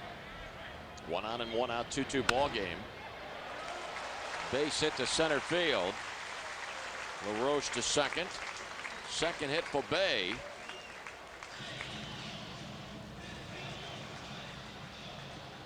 And now, you know, all of a sudden, after 2 runs given up by Wainwright, they're going to get some action. It looks like they're going to do something in the Cardinal bullpen. I saw a guy drop a jacket. I'm not sure whether they're getting ready to start warming it up or not, but got my attention when Dave Duncan came out after the walk was issued, and it was the first free pass given up by Adam Wainwright. And Nate McLeod getting his first plate appearance of the night. Nate's average for the year, 236, 3 home runs, 11 RBIs. Nate came into the ball game as a pinch runner when Nate had to check out because of the hamstring injury. Nate McLeod hit his 3rd home run of the year in the 6th inning on Sunday, Philadelphia, off Kyle Kendrick.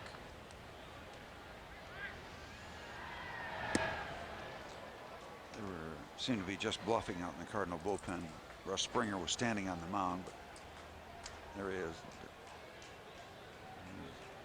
Thinking about warming up or not. Just getting some work in. Stretching the arm out. They do it with kind of a softball. We used to do it with an iron baseball. Just kind of stretched down, and that thing was heavy, and it made the baseball feel like a feather. Made down on strikes, 2 outs. That is strikeout number 3 for Wainwright.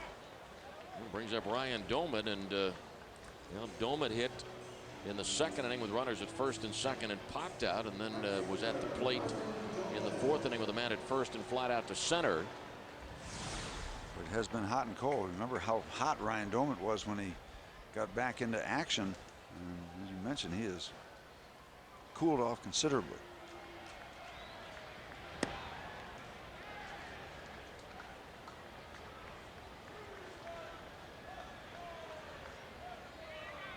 Seven home runs for Doman this year, all 7 left-handed.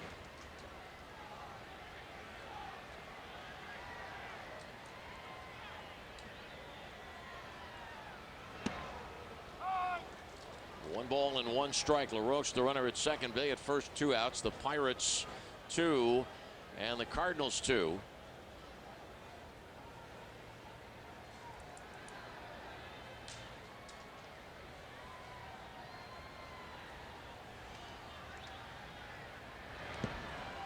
Way out in front of that off-speed pitch.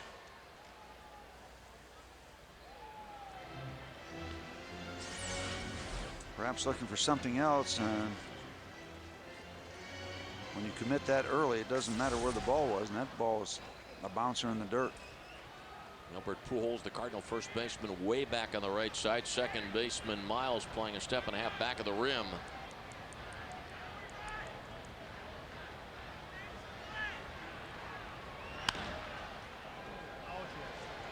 Ball bobbled by Miles, but he's got time to throw out Doman. After 5, the Pirates 2 and the St. Louis Cardinals 2.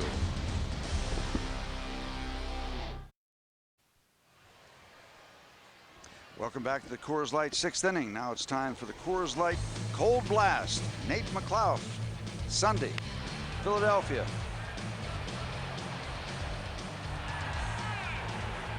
Gone. Coors Light Cold Blast. 2-2 ball game as we go to the 6th inning. Albert Pujols leads off. Pujols walked and scored in the 4th. Way outside. Tony Armas back to the starting rotation against Braden Looper tomorrow night.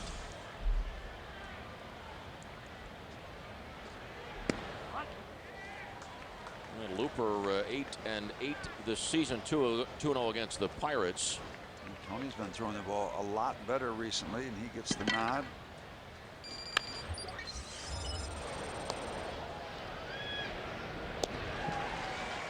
1 out, 6th inning. And Braden Looper was the Cardinals starter and winner in the home opener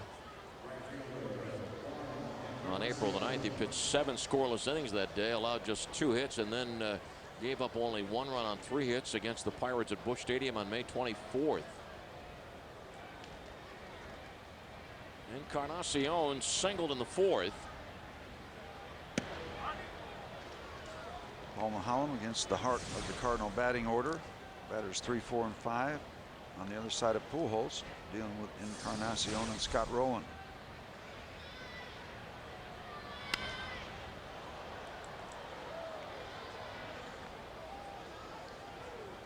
Paul Mahallam has been a different pitcher the last dozen starts.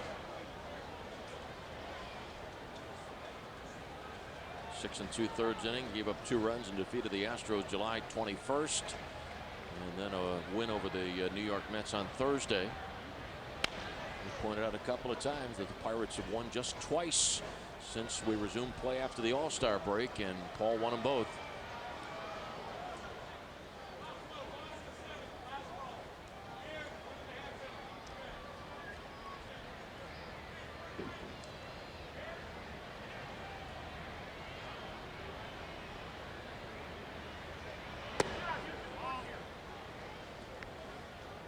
Tempting sinker low and away, not tempting enough.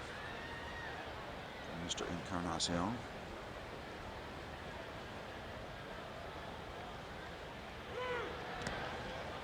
The tempting curveball. Not quite tempting enough.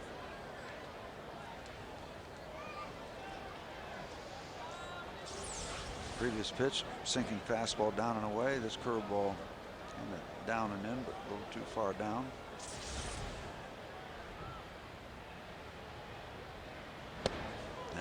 Good either cut fastball, down and in, nicely done. 2 outs in the 6th. Pirates and Cardinals 2-2. In conjunction with the Western Pennsylvania Sports Museum, FSN brings you an inside look at the Pro Football Hall of Fame's new Steelers exhibit and offers insights on the team's enduring impact on the Hall of Fame. Spotlight, Pittsburgh Steelers 75th anniversary exhibit, airs Thursday at 7:30 on FSN. Pirate coverage on FSN again tomorrow night, and then Friday night and Sunday afternoon. And then the Pirates fly to Arizona, play 3-game series against the Diamondbacks, 3 against the Giants.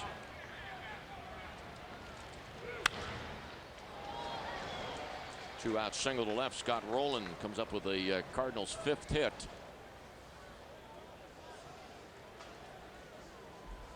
Scott probably thinking, where was that back in the 4th when we had 2 on, nobody out? Get into the double play.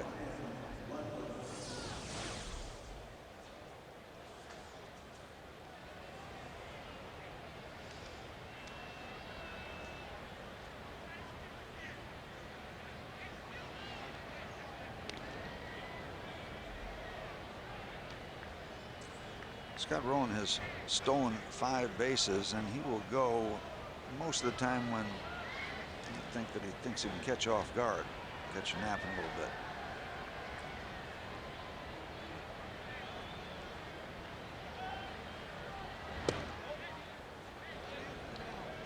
He is so big it doesn't take him many steps to get to second base, and he's got surprisingly good speed when he gets stretched out. One of those first to third scampers, or home to first, or first to home.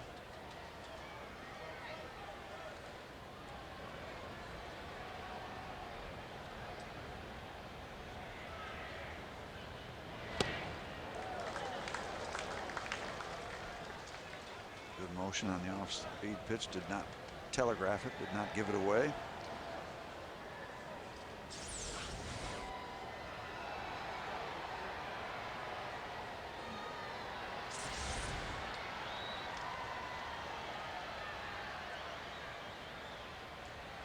The 100th pitch of the night for Paul is a foul ball down the third baseline.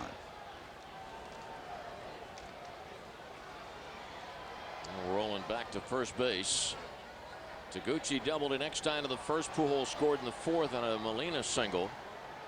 And the Pirates 2 RBIs. Jack Wilson has them both. Jack singled in Bay in the 2nd and knocked home McLeod in the 4th.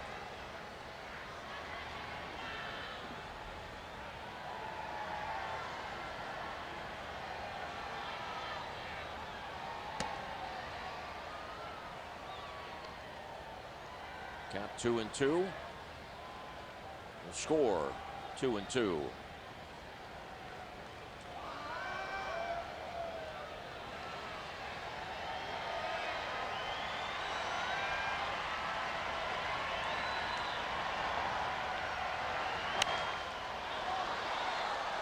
Foul ball. Ronnie Paulino coming towards the screen. Does not make the catch.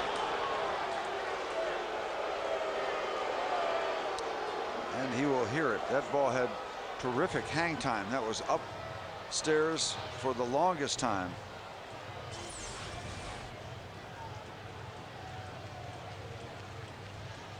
It's like one of those pops they shoot out of the gun in spring training.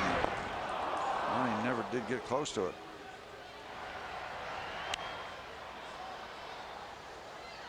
An opportunity for Paul Maholm to pick up his battery mate. First error of the game.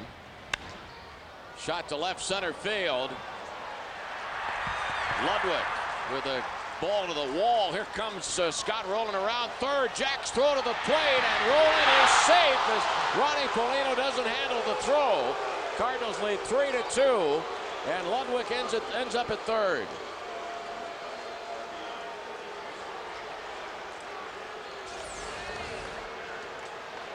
McLeod with a good move to Jack Wilson. Wilson with a long throw. Ronnie Polino was not able to handle it. Did come in on a short hop. A tough sequence for Ronnie Polino in back of home plate and on home plate. The missed pop-up. And then the slide in. Oh boy, Scott Rowland. Boy, you know, from that angle, Steve, it's a ball Ronnie's got to catch.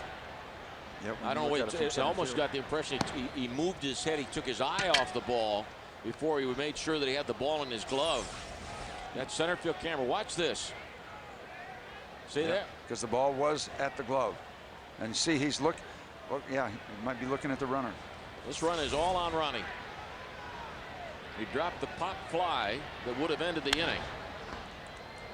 And it'll be an unearned run, but it is a go-ahead run for the Cardinals. They lead it 3-2 after 5 1/2.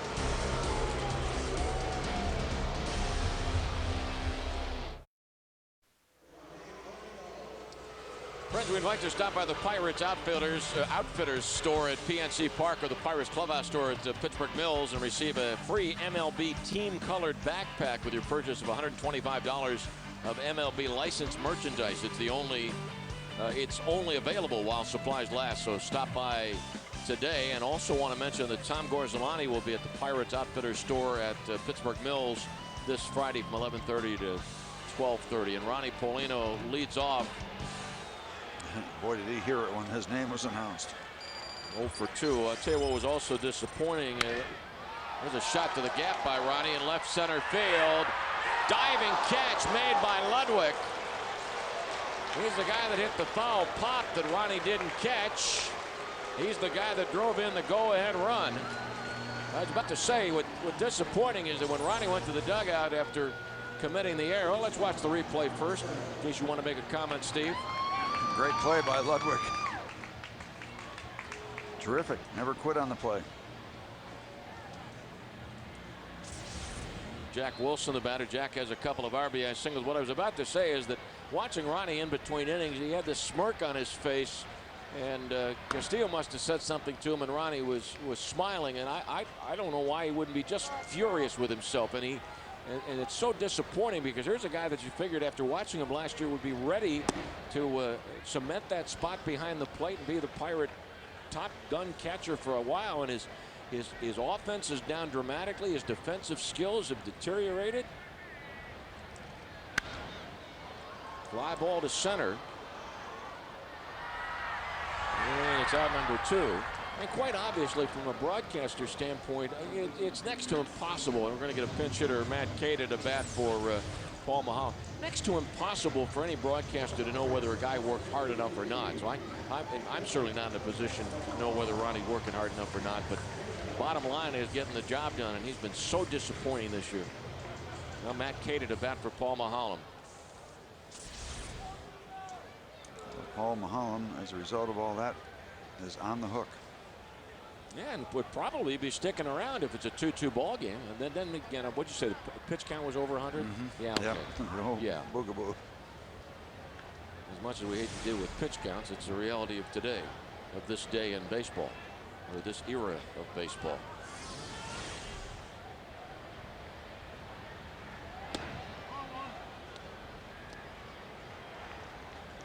Paul goes 6 innings, gives up 3 runs, 2 of which are earned on 6 hits, a couple of walks, both of whom scored, and 3 strikeouts. Yeah, remember, the Pirates are playing a player short tonight because Rajai Davis was traded to the Giants for Matt Morris. And so there are just 4 extra position players on the bench and not 5, which may or may not be a big deal as this one unfolds.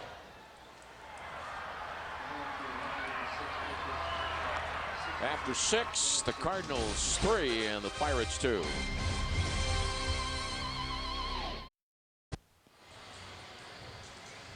The Best Damn Sports Show period is the greatest nightly sports show on television. This evening, it's Best Damn's top 50 blow-ups as we count down the craziest blow-ups of all time, all in one show. The Best Damn Sports Show period tonight after final score. Solomon Torres coming on to work here in the 7th inning of this 3-2 St. Louis lead. The numbers for Solomon: It's the last day of July. He was activated on the 15th day of July after his rehab assignments. Overall numbers as Paul Maholm departs. Torres to work to Aaron Miles. A couple of tough appearances for Solomon against the Cardinals earlier this year. Solomon suffered a blown save in the second home game of the year on April the 10th. When the Cardinals won the ball game, Pirates had a 2-0 lead. The Cardinals came back, tied the game in the 8th, and won it in the 12th. And then Solomon was the losing pitcher to Ryan Franklin, a 3-2 Cardinal win, the third home game of the year. Solomon did record a save in the game that Ian Snell won in St. Louis on April 16th.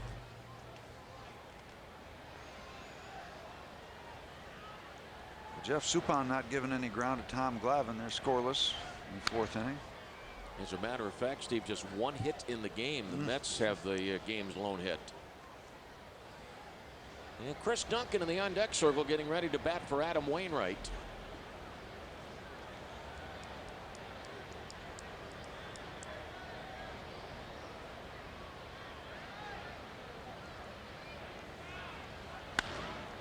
Base hit to right field. First hit for Miles. I was talking a moment ago about Solomon suffering a blown save, and the culprit was Chris Duncan.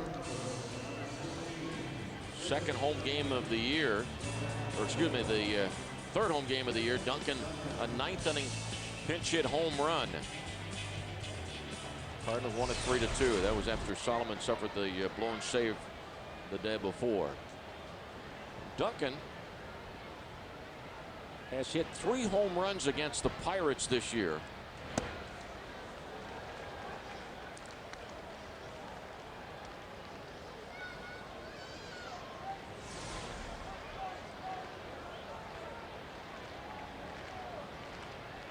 So he's homered off Torres, Chacon, and Snell this season.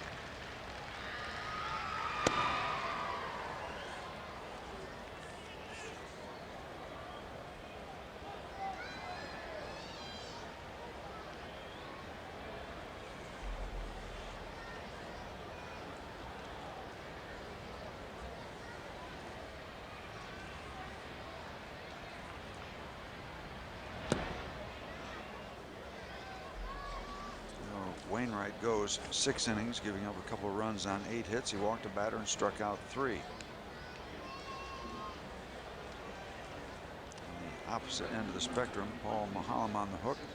Wainwright can win it, cannot lose it.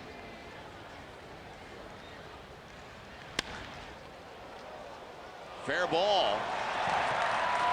Miles on his way to third.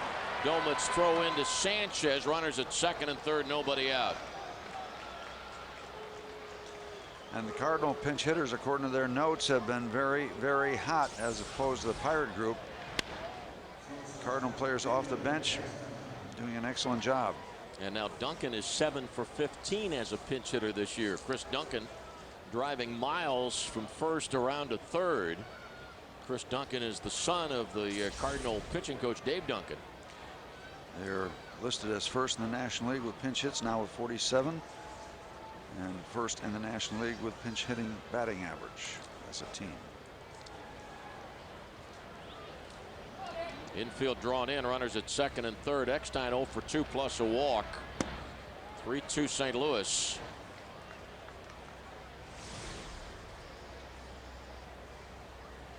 Eckstein 3 for 7 lifetime against Torres.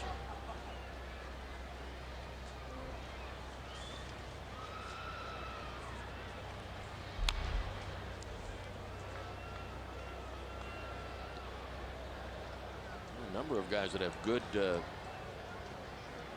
had success against Solomon. Duncan's now 2 for 5 against him. Eckstein 3 for 7, I mentioned. Miles 4 for 5 against Torres. And Eckstein just 12 strikeouts and 250 at bats, so you figure to see him put the ball in play. Even though he's behind in the count 0-2. Solomon's Torres desperately needing a strikeout. Throws that power sinker downstairs. Once again, the alert for Ronnie Polino goes up.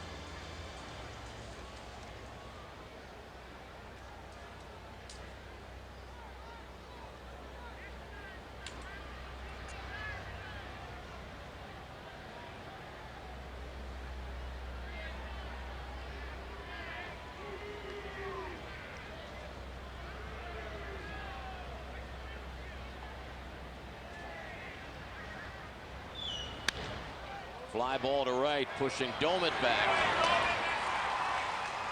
And Miles scores. Duncan goes to third. It is 4-2 St. Louis.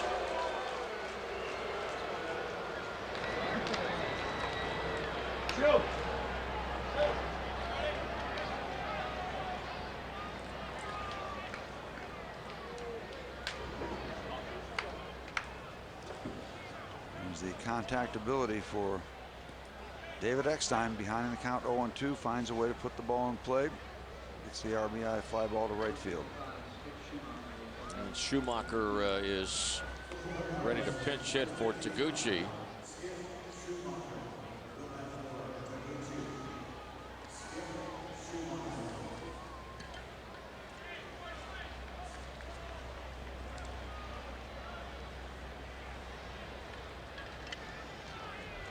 St. Louis on top 4-2, seventh inning.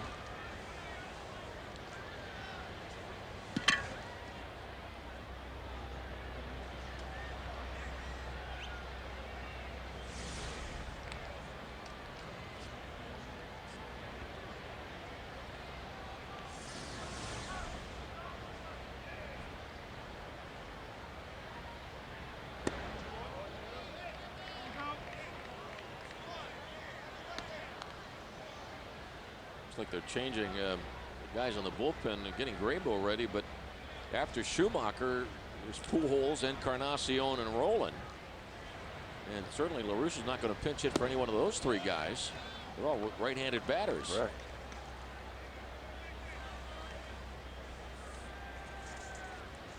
I guess if you get down to Ludwig, that'd be the next available guy that might be lifted for a left-handed batter.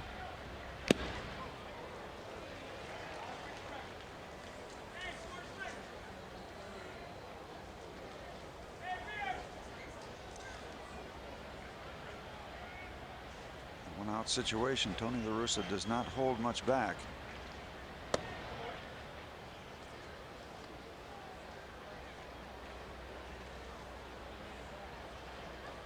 Usually it's only the one-out situations where you see a squeeze play.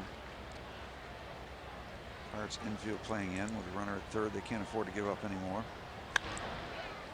but they will. Tagging at third is Duncan. And St. Louis leads at 5-2.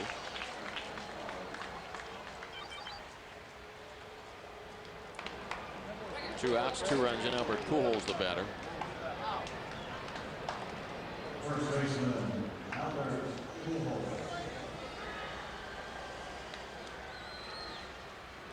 Pujols getting .316 lifetime against Solomon Torres.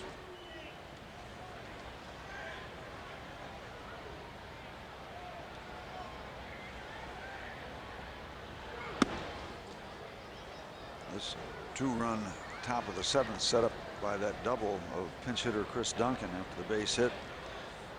Double down in the right field corner, and that set up shop. 2 sacrifice flies, and they add on.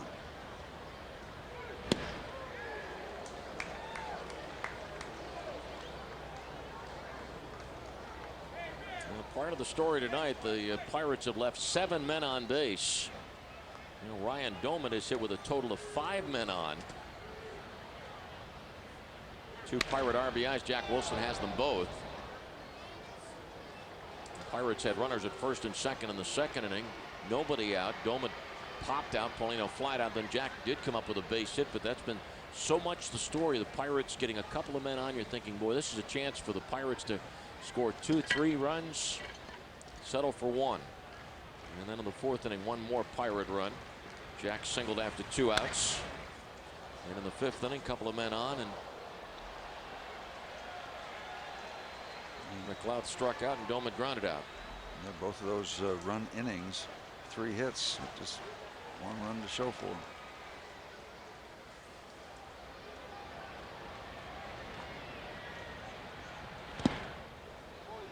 2-2 on Sir Albert. Milwaukee leads Glavine and the Mets 1-0. Bottom of the 4th inning. The Cubs 2, Philadelphia 1 in the 4th. Encarnacion on deck. 2 outs, nobody on, a couple of runs in. St. Louis in front 5-2.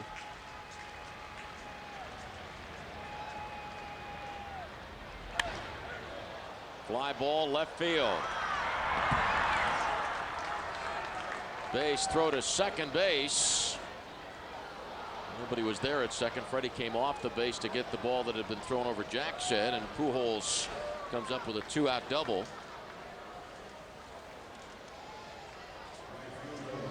And now Encarnacion, the point I had made a few moments ago about the fact that it was not going to be there was not going to be that opportunity for Grabo to come into this ball game. Pujols, Encarnacion, and Rolen. The opportunity for Grabo would have been against Schumacher, but he wasn't ready then.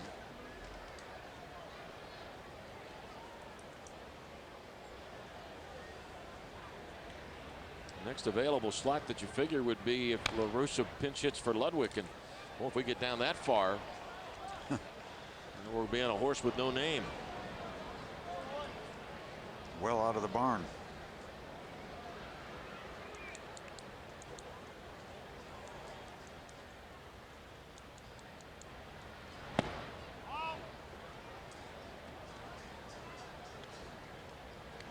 Atlanta 5, Houston 4, 6th inning.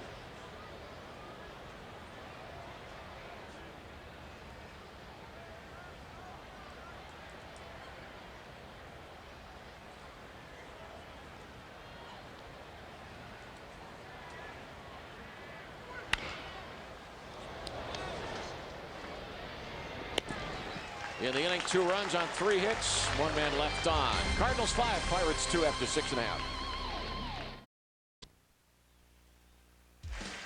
Time for our game summary, brought to you by Advance Auto Parts. Xavier Nady had to check out of this ball game because of a hamstring injury that came in the 4th inning. Jack Wilson with a couple of RBI singles, one in the 2nd that drove in Bay, and he drove in McLeod in the 4th inning that had tied the game at 2. But here's a big play, a pop-up hit by Ludwig, not caught by Polino, and then right after that, Ludwig doubled to left center field. McLeod with the throw to Wilson. Wilson's throw to the plate was on target, but Ronnie Polino did not catch the ball. Rolen scored to make it 3-2, and the Cardinals picked up 2 more in the top of the 7th. Changes, Steve? Yes, So Taguchi, who's pinch hit for Schumacher, pinch hit for him, stays in the ballgame to play center field, and the new pitcher's right-hander veteran Russ Springer as he replaces Wainwright, who's gone after 6 innings, and Adam gave up a couple of runs on 8 hits, 1 walk, 3 strikeouts, and is in line to pick up his 10th win if things don't change.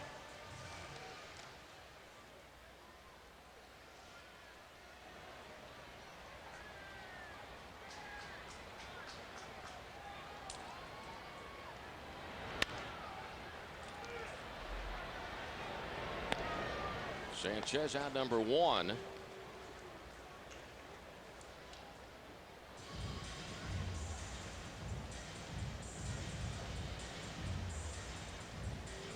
Cesar Sturris playing third base tonight. 0 for 3 in the game. 5-2 St. Louis. And Scott Rolen up on the grass guarding against a possible bunt. Pirates need base runners.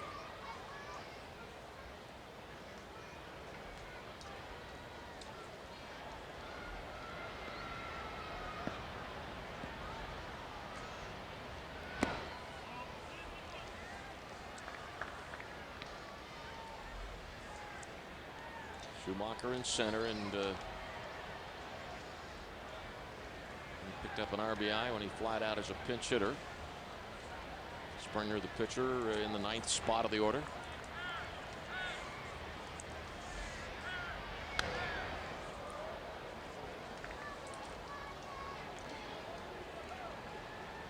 I need to make another comment on the catching situation. There was a piece in the paper today saying that the Pirates never did really have serious interest in Saltalamacchia, the catcher from the Atlanta Braves, who moved. I thought there was speculation that there was some interest, but apparently that was wrong, and that was talked about in the newspaper today. Base hit for Sturris. 1 on and 1 out for Adam LaRoche.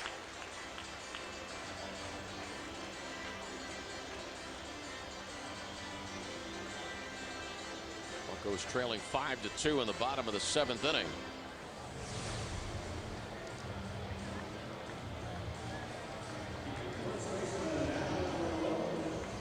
St. Louis 6 back of Milwaukee in the National League Central. Cubs a game out of first place. The Cubs lead Philadelphia 2-1 after 4, and Milwaukee in front of the Mets 1-0 in the 5th. Base hit to right. The tying run will come to the plate. Torres to second on the LaRoche single. And now Jason Bay, who is 2 for 3 tonight. And it's not Xavier Nady, who was 2 for 3.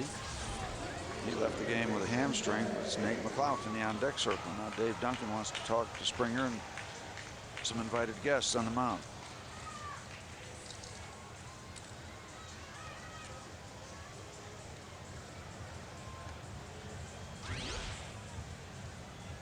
Left-hander Randy Flores throwing in the Cardinal bullpen. The next batter is Nate McLaughlin, then the switch hitter Domit. So you'd want Domit batting right-handed, though Ryan's been struggling from both sides of the plate the last several weeks.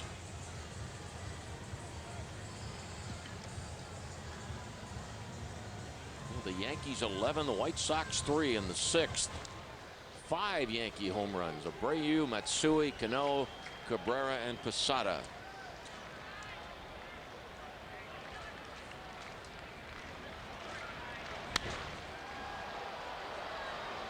Foul ball and out of play. Well, as you were speaking about our guys that do such a good job on the scoreboard, I was guessing it wasn't A-Rod, because I'm sure our guys would have had that in big numbers up on the big board here at PNC Park for that kind of a milestone of 500 home runs.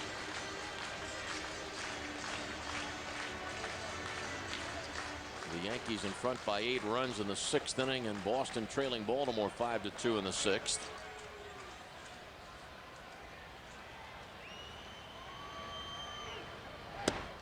Cleveland's the top wild card team in the American League at this moment. The Yankees are 4 behind Cleveland in the wild card standings.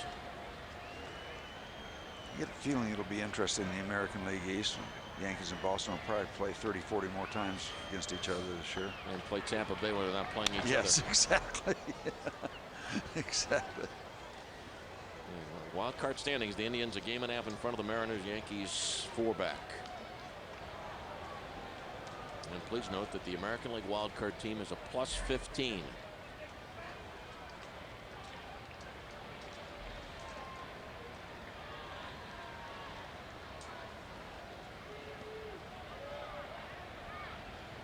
The wild card leader in the National League is a +9. Arizona. Arizona just 1 point behind the Dodgers winning percentage, and the Dodgers and Diamondbacks in a virtual tie for first place.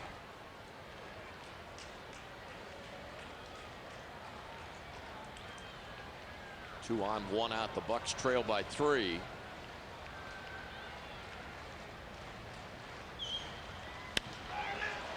Fly ball into left center field, a base hit.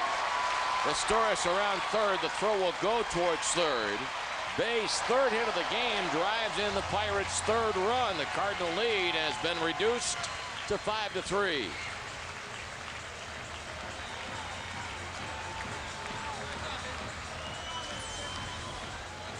This kind of a little humpback line drive into short left center field, and the Pirates in business, making some noise here in the bottom of the 7th.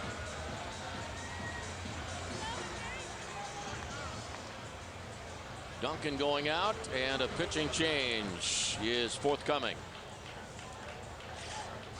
5-3 St. Louis in the bottom of the 7th inning. Back with more action on FSN in just a moment.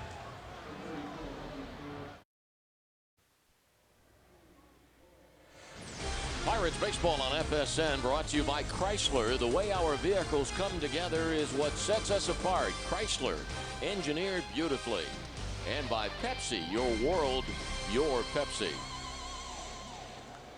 Left-hander Randy Flores, as you take a look at the scoreboard.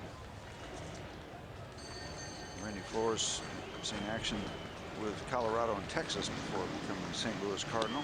Springer goes a third of an inning, gives up 3 hits and a run to this point. Numbers for Randy, almost averaging a strikeout per inning, and a couple of home runs given up. Wainwright, Springer, and now Randy Flores.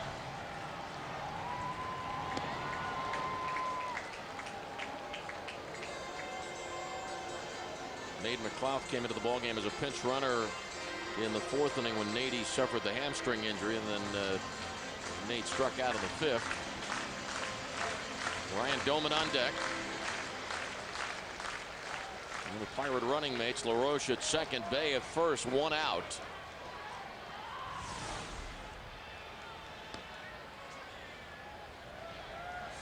Nate hitting .136 this year against left-handed pitching.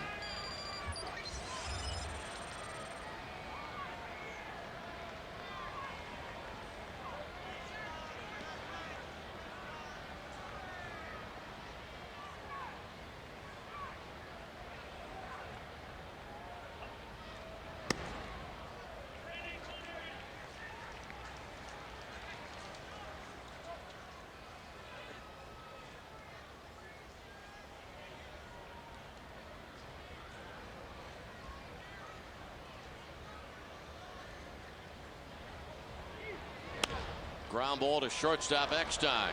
To Miles. To Pujols. 1 run on 3 hits. 1 left after 7. 5-3 St. Louis. 5-3 St. Louis after 7 on the Southwest Airlines scoreboard.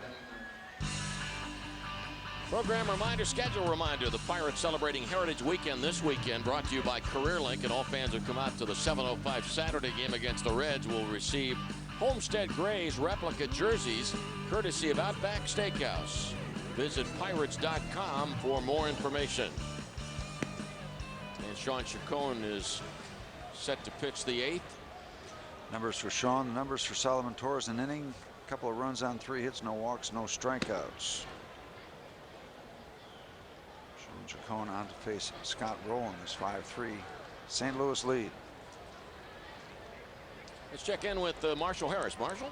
Lanny, Sean Chacon, another one of those names that was heavily discussed in trade talks, and he said he was frankly surprised that nothing happened today by that 4 o'clock waiver non-waiver trade deadline. In fact, he says he comes to the ballpark now and he can focus on the future. He's really hoping that talks will open back up between him and the Pirates. Says he'd like to stay a Pirate for a while. See if he also breathes a sigh of relief like Jack Wilson did with his good performance so far today. First pitch to Scott Rowland, a called strike.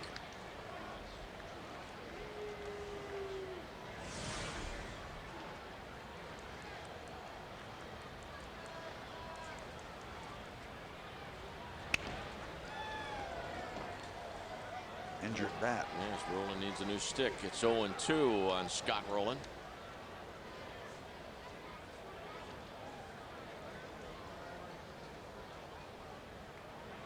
The Phillies have tied it up. Philadelphia and Chicago 2-2 in the 5th. Milwaukee still leading the Mets, and Tom Glavine 1-0 in the 6th. Jeff Suppan getting it done.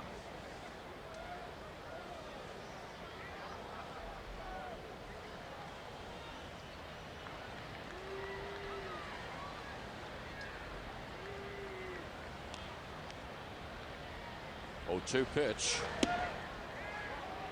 Outside.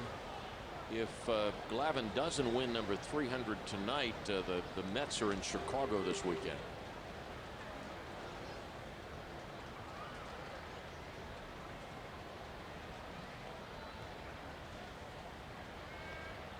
And now 2 balls and 2 strikes. That pitch measuring 95 on the radar gun here at PNC Park.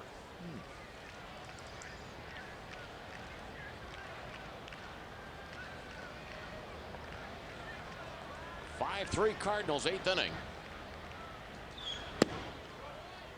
3 balls, 2 strikes. Scott Rowland with just 6 home runs. surprising.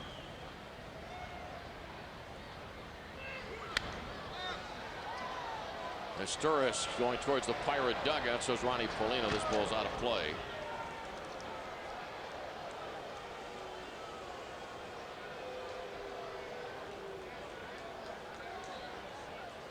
And Ronnie's going to hear from the fans the rest of the night. It's just the way these things work.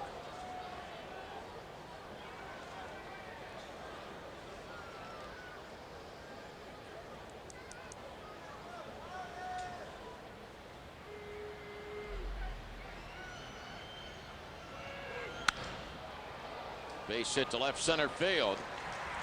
Scott Rowland, second of the game. He's going to try for two. Base throw in. It is a leadoff double.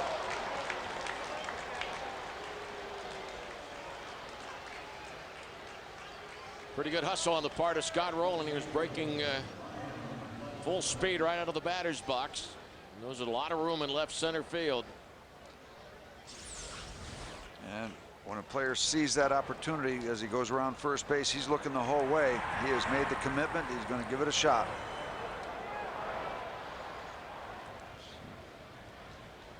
Jason Bay had to cut straight across rather than come in, and Scott Rowland takes advantage, and that's the way Scott Rowland plays. And Ludwig gets the bunt down. Rowland goes to third. Sacrifice 1-3. That looked like a terrific bunt as that ball was way inside coming in to try to eat him up. If we get a shot of that behind the pitcher. Terrific work to get that bunt down. Nowhere for Sean to go but first base. Pirate infield playing in. Runner at third. Here's the bunt again for you. See Rowland moving up to third on the bunt. And now Molina, who is 1 for 3.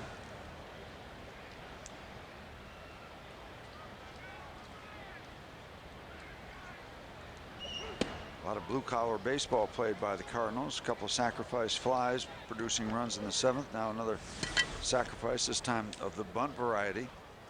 Getting a runner into scoring position at third base with less than 2 outs. There's some people in the game who don't particularly care for Tony La Russa, but there's no question about the fact that he's a great manager. Has been for a long, long time. Steve and I were together with Tony La Russa. Were you with us in 70? Was that the year? No. 74. Was he with us in 74? Yep. Okay, Bobby Valentine was 75. Tony La Russa in Charleston, West Virginia. Infielder for that club. Tony went on to get his law degree.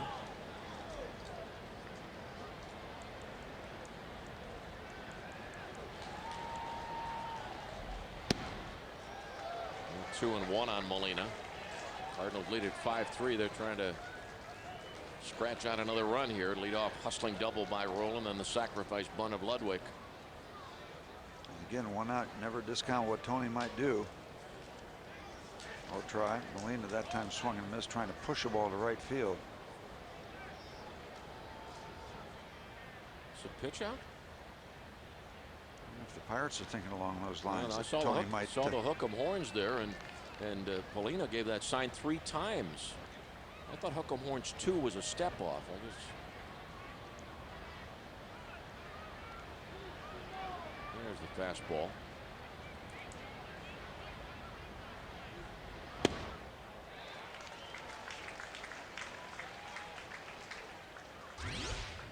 That should take care of it. 2-2. Hook 'em horns. I'm sure Texas highly regarded in the preseason rankings. College football.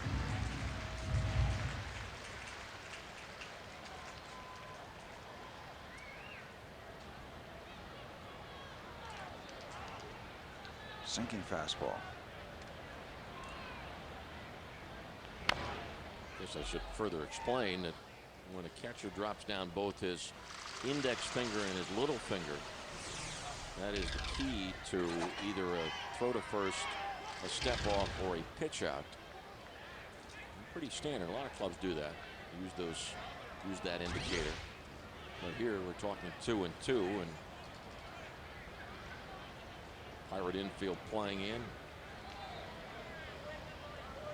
It's your basic curveball. Now Sean went to the fastball and it's the sinking fastball and the 2-2 pitch. Full count. St. Louis leads at 5-3. It was a 2-2 ball game, and then in the 6th inning, the Cardinals got an unearned run off Paul Maholm as Paul was victimized by Ronnie Polino dropping a pop-up in foul territory, and then right after that, Ludwig doubled in Roland, and the Cardinals came up with 2 more runs off Torres in the 7th inning. Sacrifice flies hit by Eckstein and Schumacher.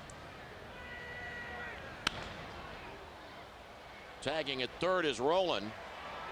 McLeod makes the catch. Pretty good construction. Cardinals construct a 6th run and lead by 3. 3rd sacrifice fly of the night after the sacrifice bunt. Lead up double, sacrifice, run. Add on. When you add on in the 8th inning, that 1 run can seem like 3 to the opponent. Now this run is the personal property of Scott Rolen. He hustled to second base to start the inning.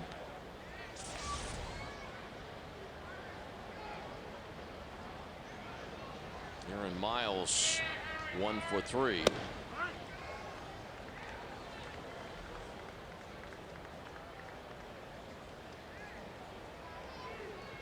Pirates scored a run on the bottom of the 7th. Had a couple of men on trying to get back in the ball game, but then McLeod bounced into a double play. The Pirates have left 8 men on base, and unfortunately all 11, as you look at Scott Spezio in the on deck circle, all 11 Pirate hits tonight are singles.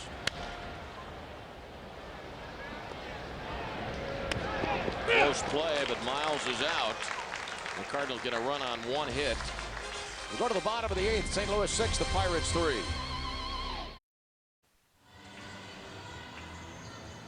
Bottom of the 8th inning. St. Louis 6, the Pirates 3 on the Southwest Airlines scoreboard. Ryan Doman, Ronnie Polino, and Jack Wilson coming up, and then the pitcher spot. And Ryan Franklin is the new pitcher for St. Louis, 4th pitcher of the night for the St. Louis Cardinals. What a job Randy Flores did. Came in, promptly snuffed out the Pirate action in the bottom of the 7th after they had 3 straight base hits, scored a run, gets the double play. First batter he faces is Nate McLeod, 6-4-3, and that ends the 7th. And now we go to Ryan Franklin. Yeah, Franklin 4-0. One of his wins, as a matter of fact, his first win of the year came in that ball game on April the 11th, 3rd Pirate home game of the year when Chris Duncan hit a pinch hit home run off Solomon Torres. 1.18 ERA.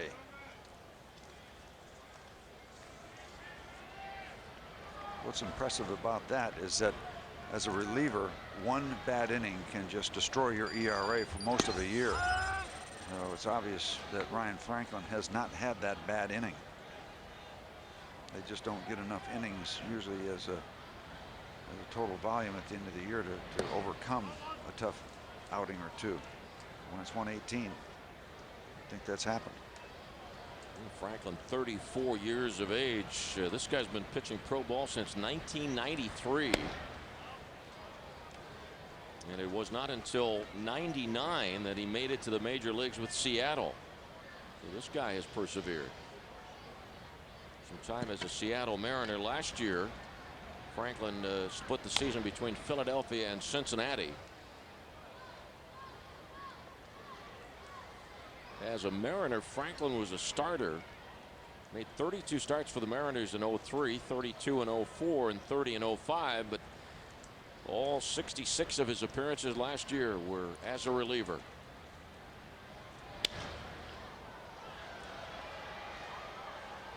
Similar kind of story to the Cardinal starter tonight.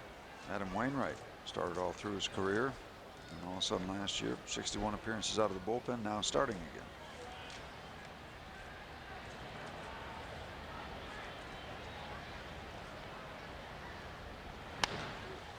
Dolmet's fly ball to right field, a home run to the seats. Ryan's 8th of the year. The Pirates have a 4th run put up on the scoreboard by way of the Doman home run. St. Louis's lead is 6-4.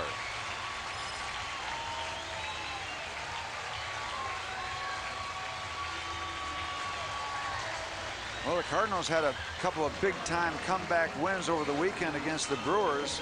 No law against the Pirates doing it, but there's still a lot of work to be done.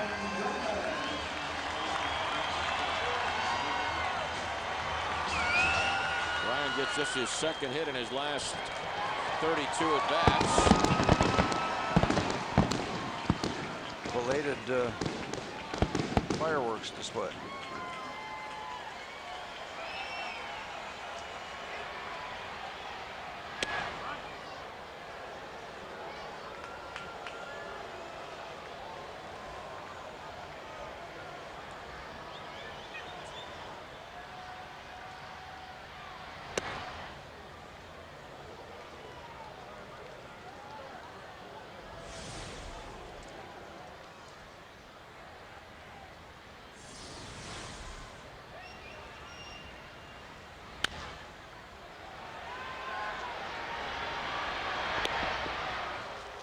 One away in the 8th. As we often say, Scott Rolen, the big man, shrinks the infield.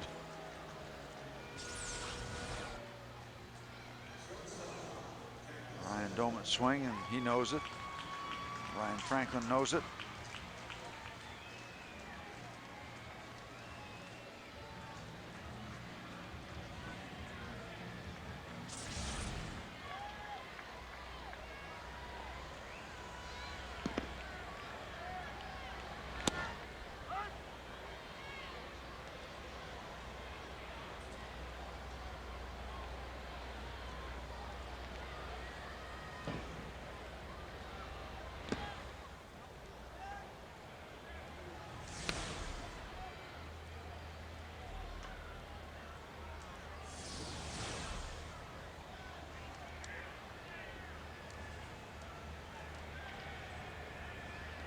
St. Louis 6, the Pirates 4. Fly ball to left fielder Ludwig. With 2 outs. And Josh Phelps will be the pinch hitter. This is a pretty expected move considering that Phelps is 4 for 8 lifetime against Ryan Franklin. And now Jim Tracy has used all but Jose Castillo off the bench. The Pirates playing 1-man short tonight. Earlier today, Rajai Davis was traded to the San Francisco Giants for Matt Morris. Morris, the veteran right-hander, coming to the Pirates, expected to get a start this weekend against the Cincinnati Reds.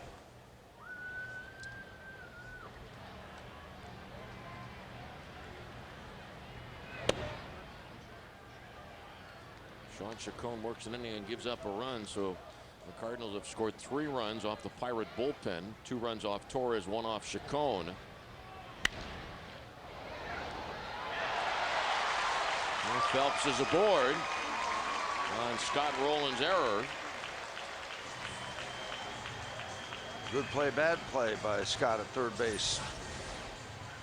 In the bottom of the 8th. Leaves the door open.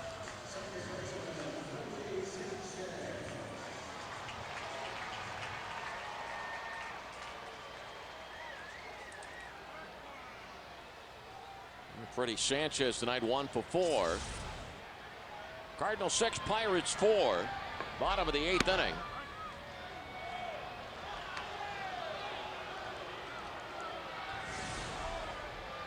Freddie does not agree with home plate umpire Wendelstedt.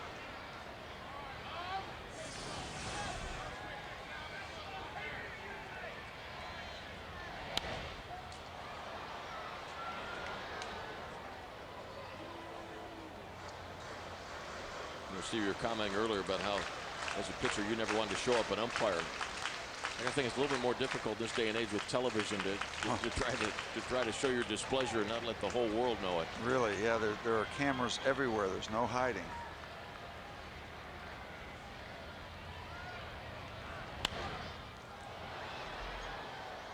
Oh, 0-2 on Sanchez.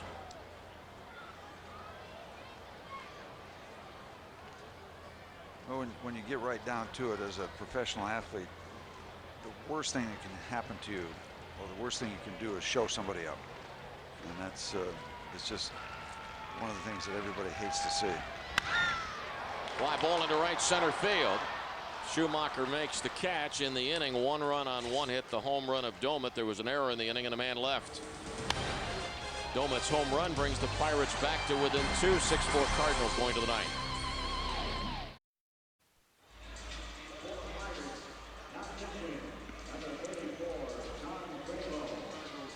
Welcome back to PNC Park. We're right after the game. Don't forget, it's a post-game edition of FSN Live.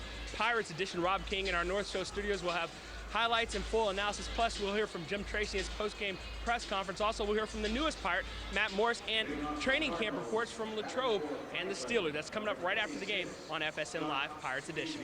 Lanny? All right, Marshall, thank you very much. John Grabo's on the mound for the Pirates, and Scott Spezio is the pinch hitter for St. Louis.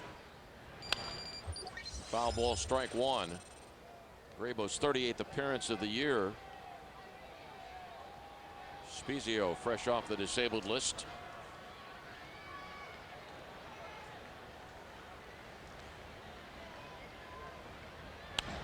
No surprise who's loosening up for the Cardinals in their bullpen. Number 44, Jason Isringhausen.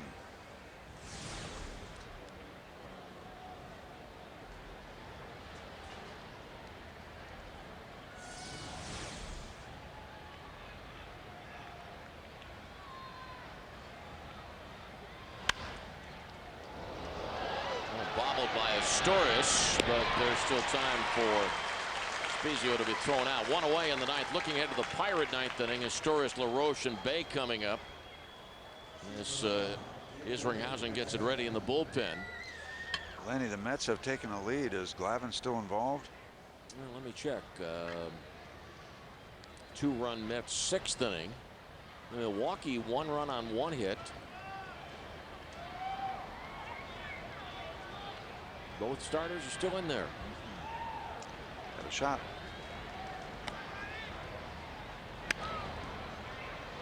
Eckstein thrown out by Storis. Real fine play by Cesar. 2 outs.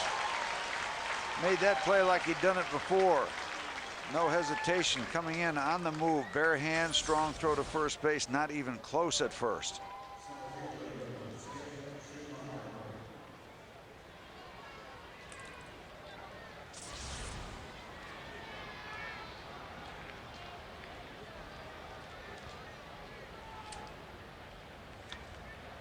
Tom Glavine trying to win number 300. Don't forget to stay with us after the ball game. FSN Live. They'll have further details on whether Tom Glavine wins number 300, and of course everybody else, or everybody's anxious to keep tabs on A-Rod and the Barry Bonds chase of Henry Aaron.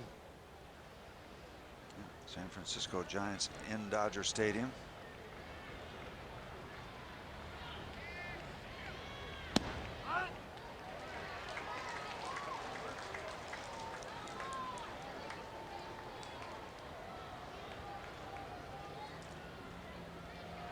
Cardinals lead at 6-4. And the top of the ninth is over as Grabo pitches a 1-2-3 top of the ninth. Go to the bottom of the ninth. St. Louis leads at 6-4. Bottom of the ninth inning, Jason Isringhausen set to pitch for the Cardinals. St. Louis leads at 6-4 as we prepare for the bottom of the ninth inning. 4 wins, no losses, 20 saves and 22 opportunities.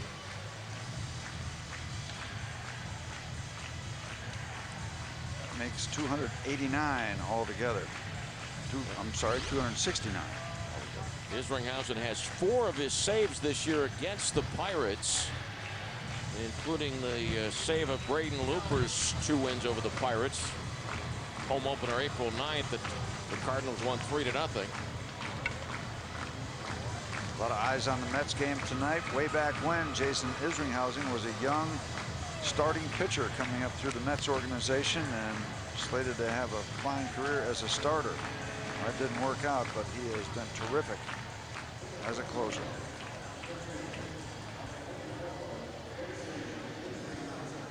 Cesar Storis singled and scored in the 7th inning, playing third base tonight. Cardinals 6, Pirates 4 as we get underway in the bottom of the 9th inning.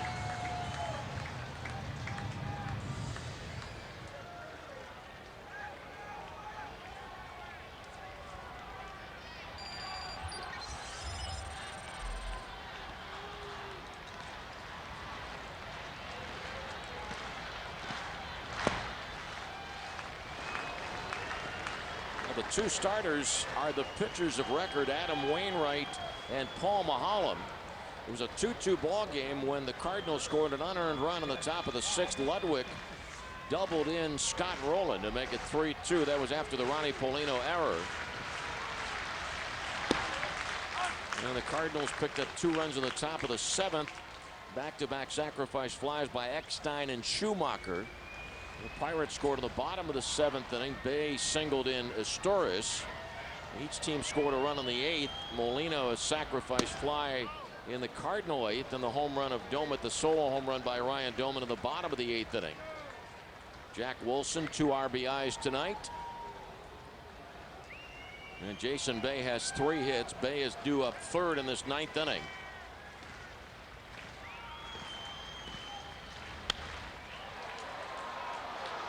One away. Talking about Ryan Domet hitting a home run in the 8th with nobody on. Ryan batted with a total of 5 men on base his first 3 times at the plate tonight.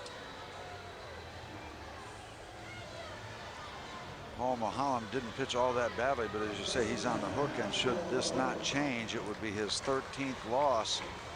That would tie him for that dubious distinction that he would share with former Pirate Kip Wells. The Pirates have won only 2 games since the resumption of play on April 13th in Atlanta.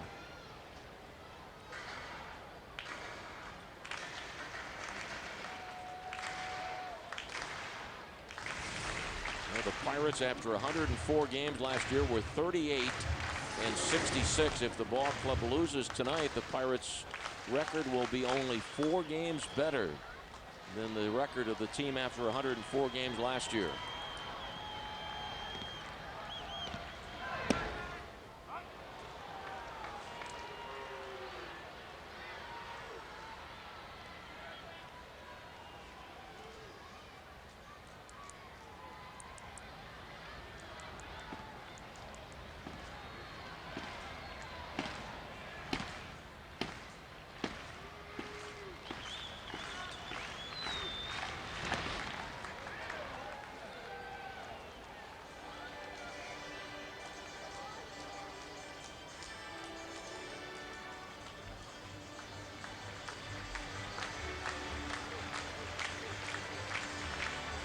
Jose Bautista is coming back tomorrow.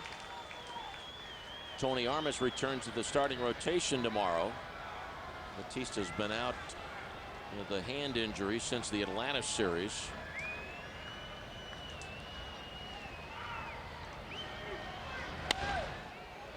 Foul ball. 1 ball, 2 strikes on LaRoche. Armas will make his 8th start. Tony worked 13 times out of the Pirate bullpen, and it was not pretty at first, but the last several outings for Tony Armas were quite good. So he replaces Van Benskoten.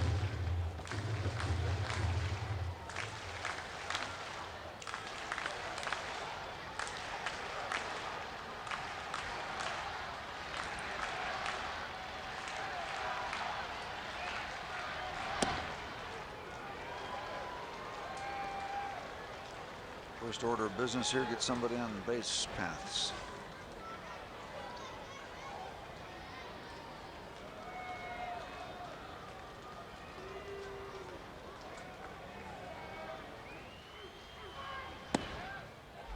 Three and two. So close.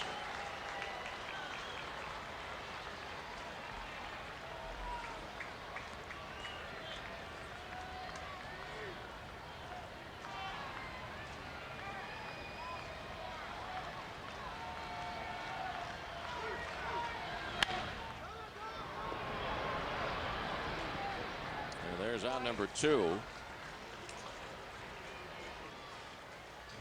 Jason Bay coming up. Jason is 1 for 10 lifetime against Isringhausen. The 1 hit, a home run at St. Louis on June 26th of 05. It was a game-tying 9th inning home run.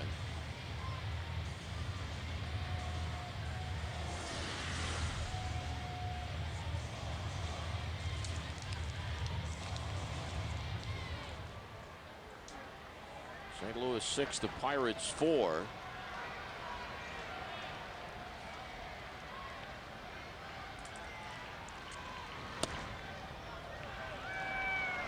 Pirate club that played so well the week before the break, taking 3 out of 4 from Milwaukee and 2 of 3 from the Cubs.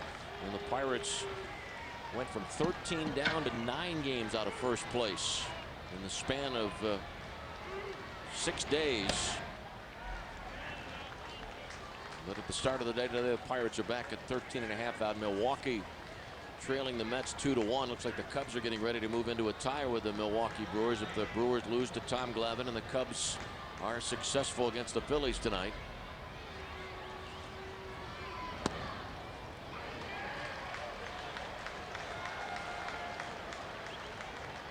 FSN live coming up right away. I said a moment ago, Rob will have further details on Glavine's quest for number 300.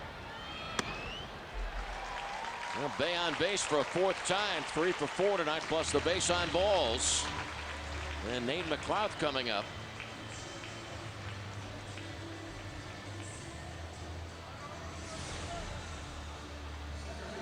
(6-4) St. Louis. Sunday afternoon, Nate lined one into the first row of seats, right field at Philadelphia.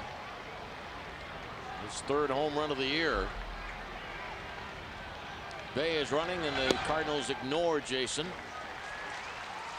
No stolen base.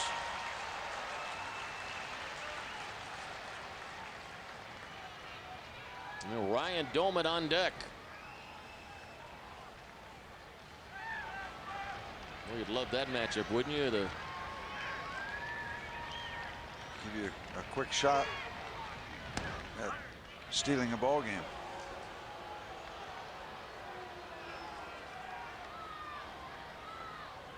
Looking to see Ryan's 1 for 3 lifetime against Isringhausen with 2 strikeouts. But first things first, it's Isringhausen trying to close it down against Nate McLeod. And the count's 1-2.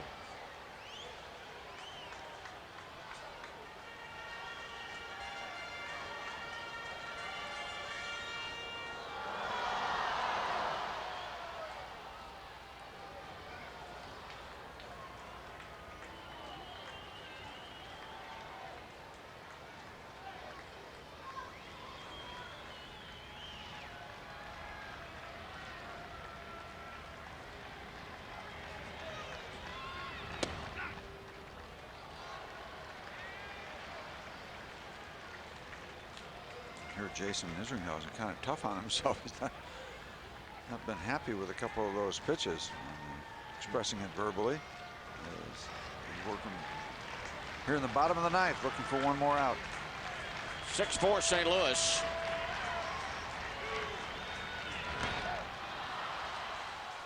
And the St. Louis Cardinals grab the first game of the series. Wainwright the winner. He's 10-8. Isringhausen records his 21st save. And Isringhausen has 5 of his 21 saves against the Pirates. And the losing pitcher is Paul Mahalan. Paul is 7-13. Well, Paul worked 6 innings, gave up 3 runs. An unearned run proved extremely costly.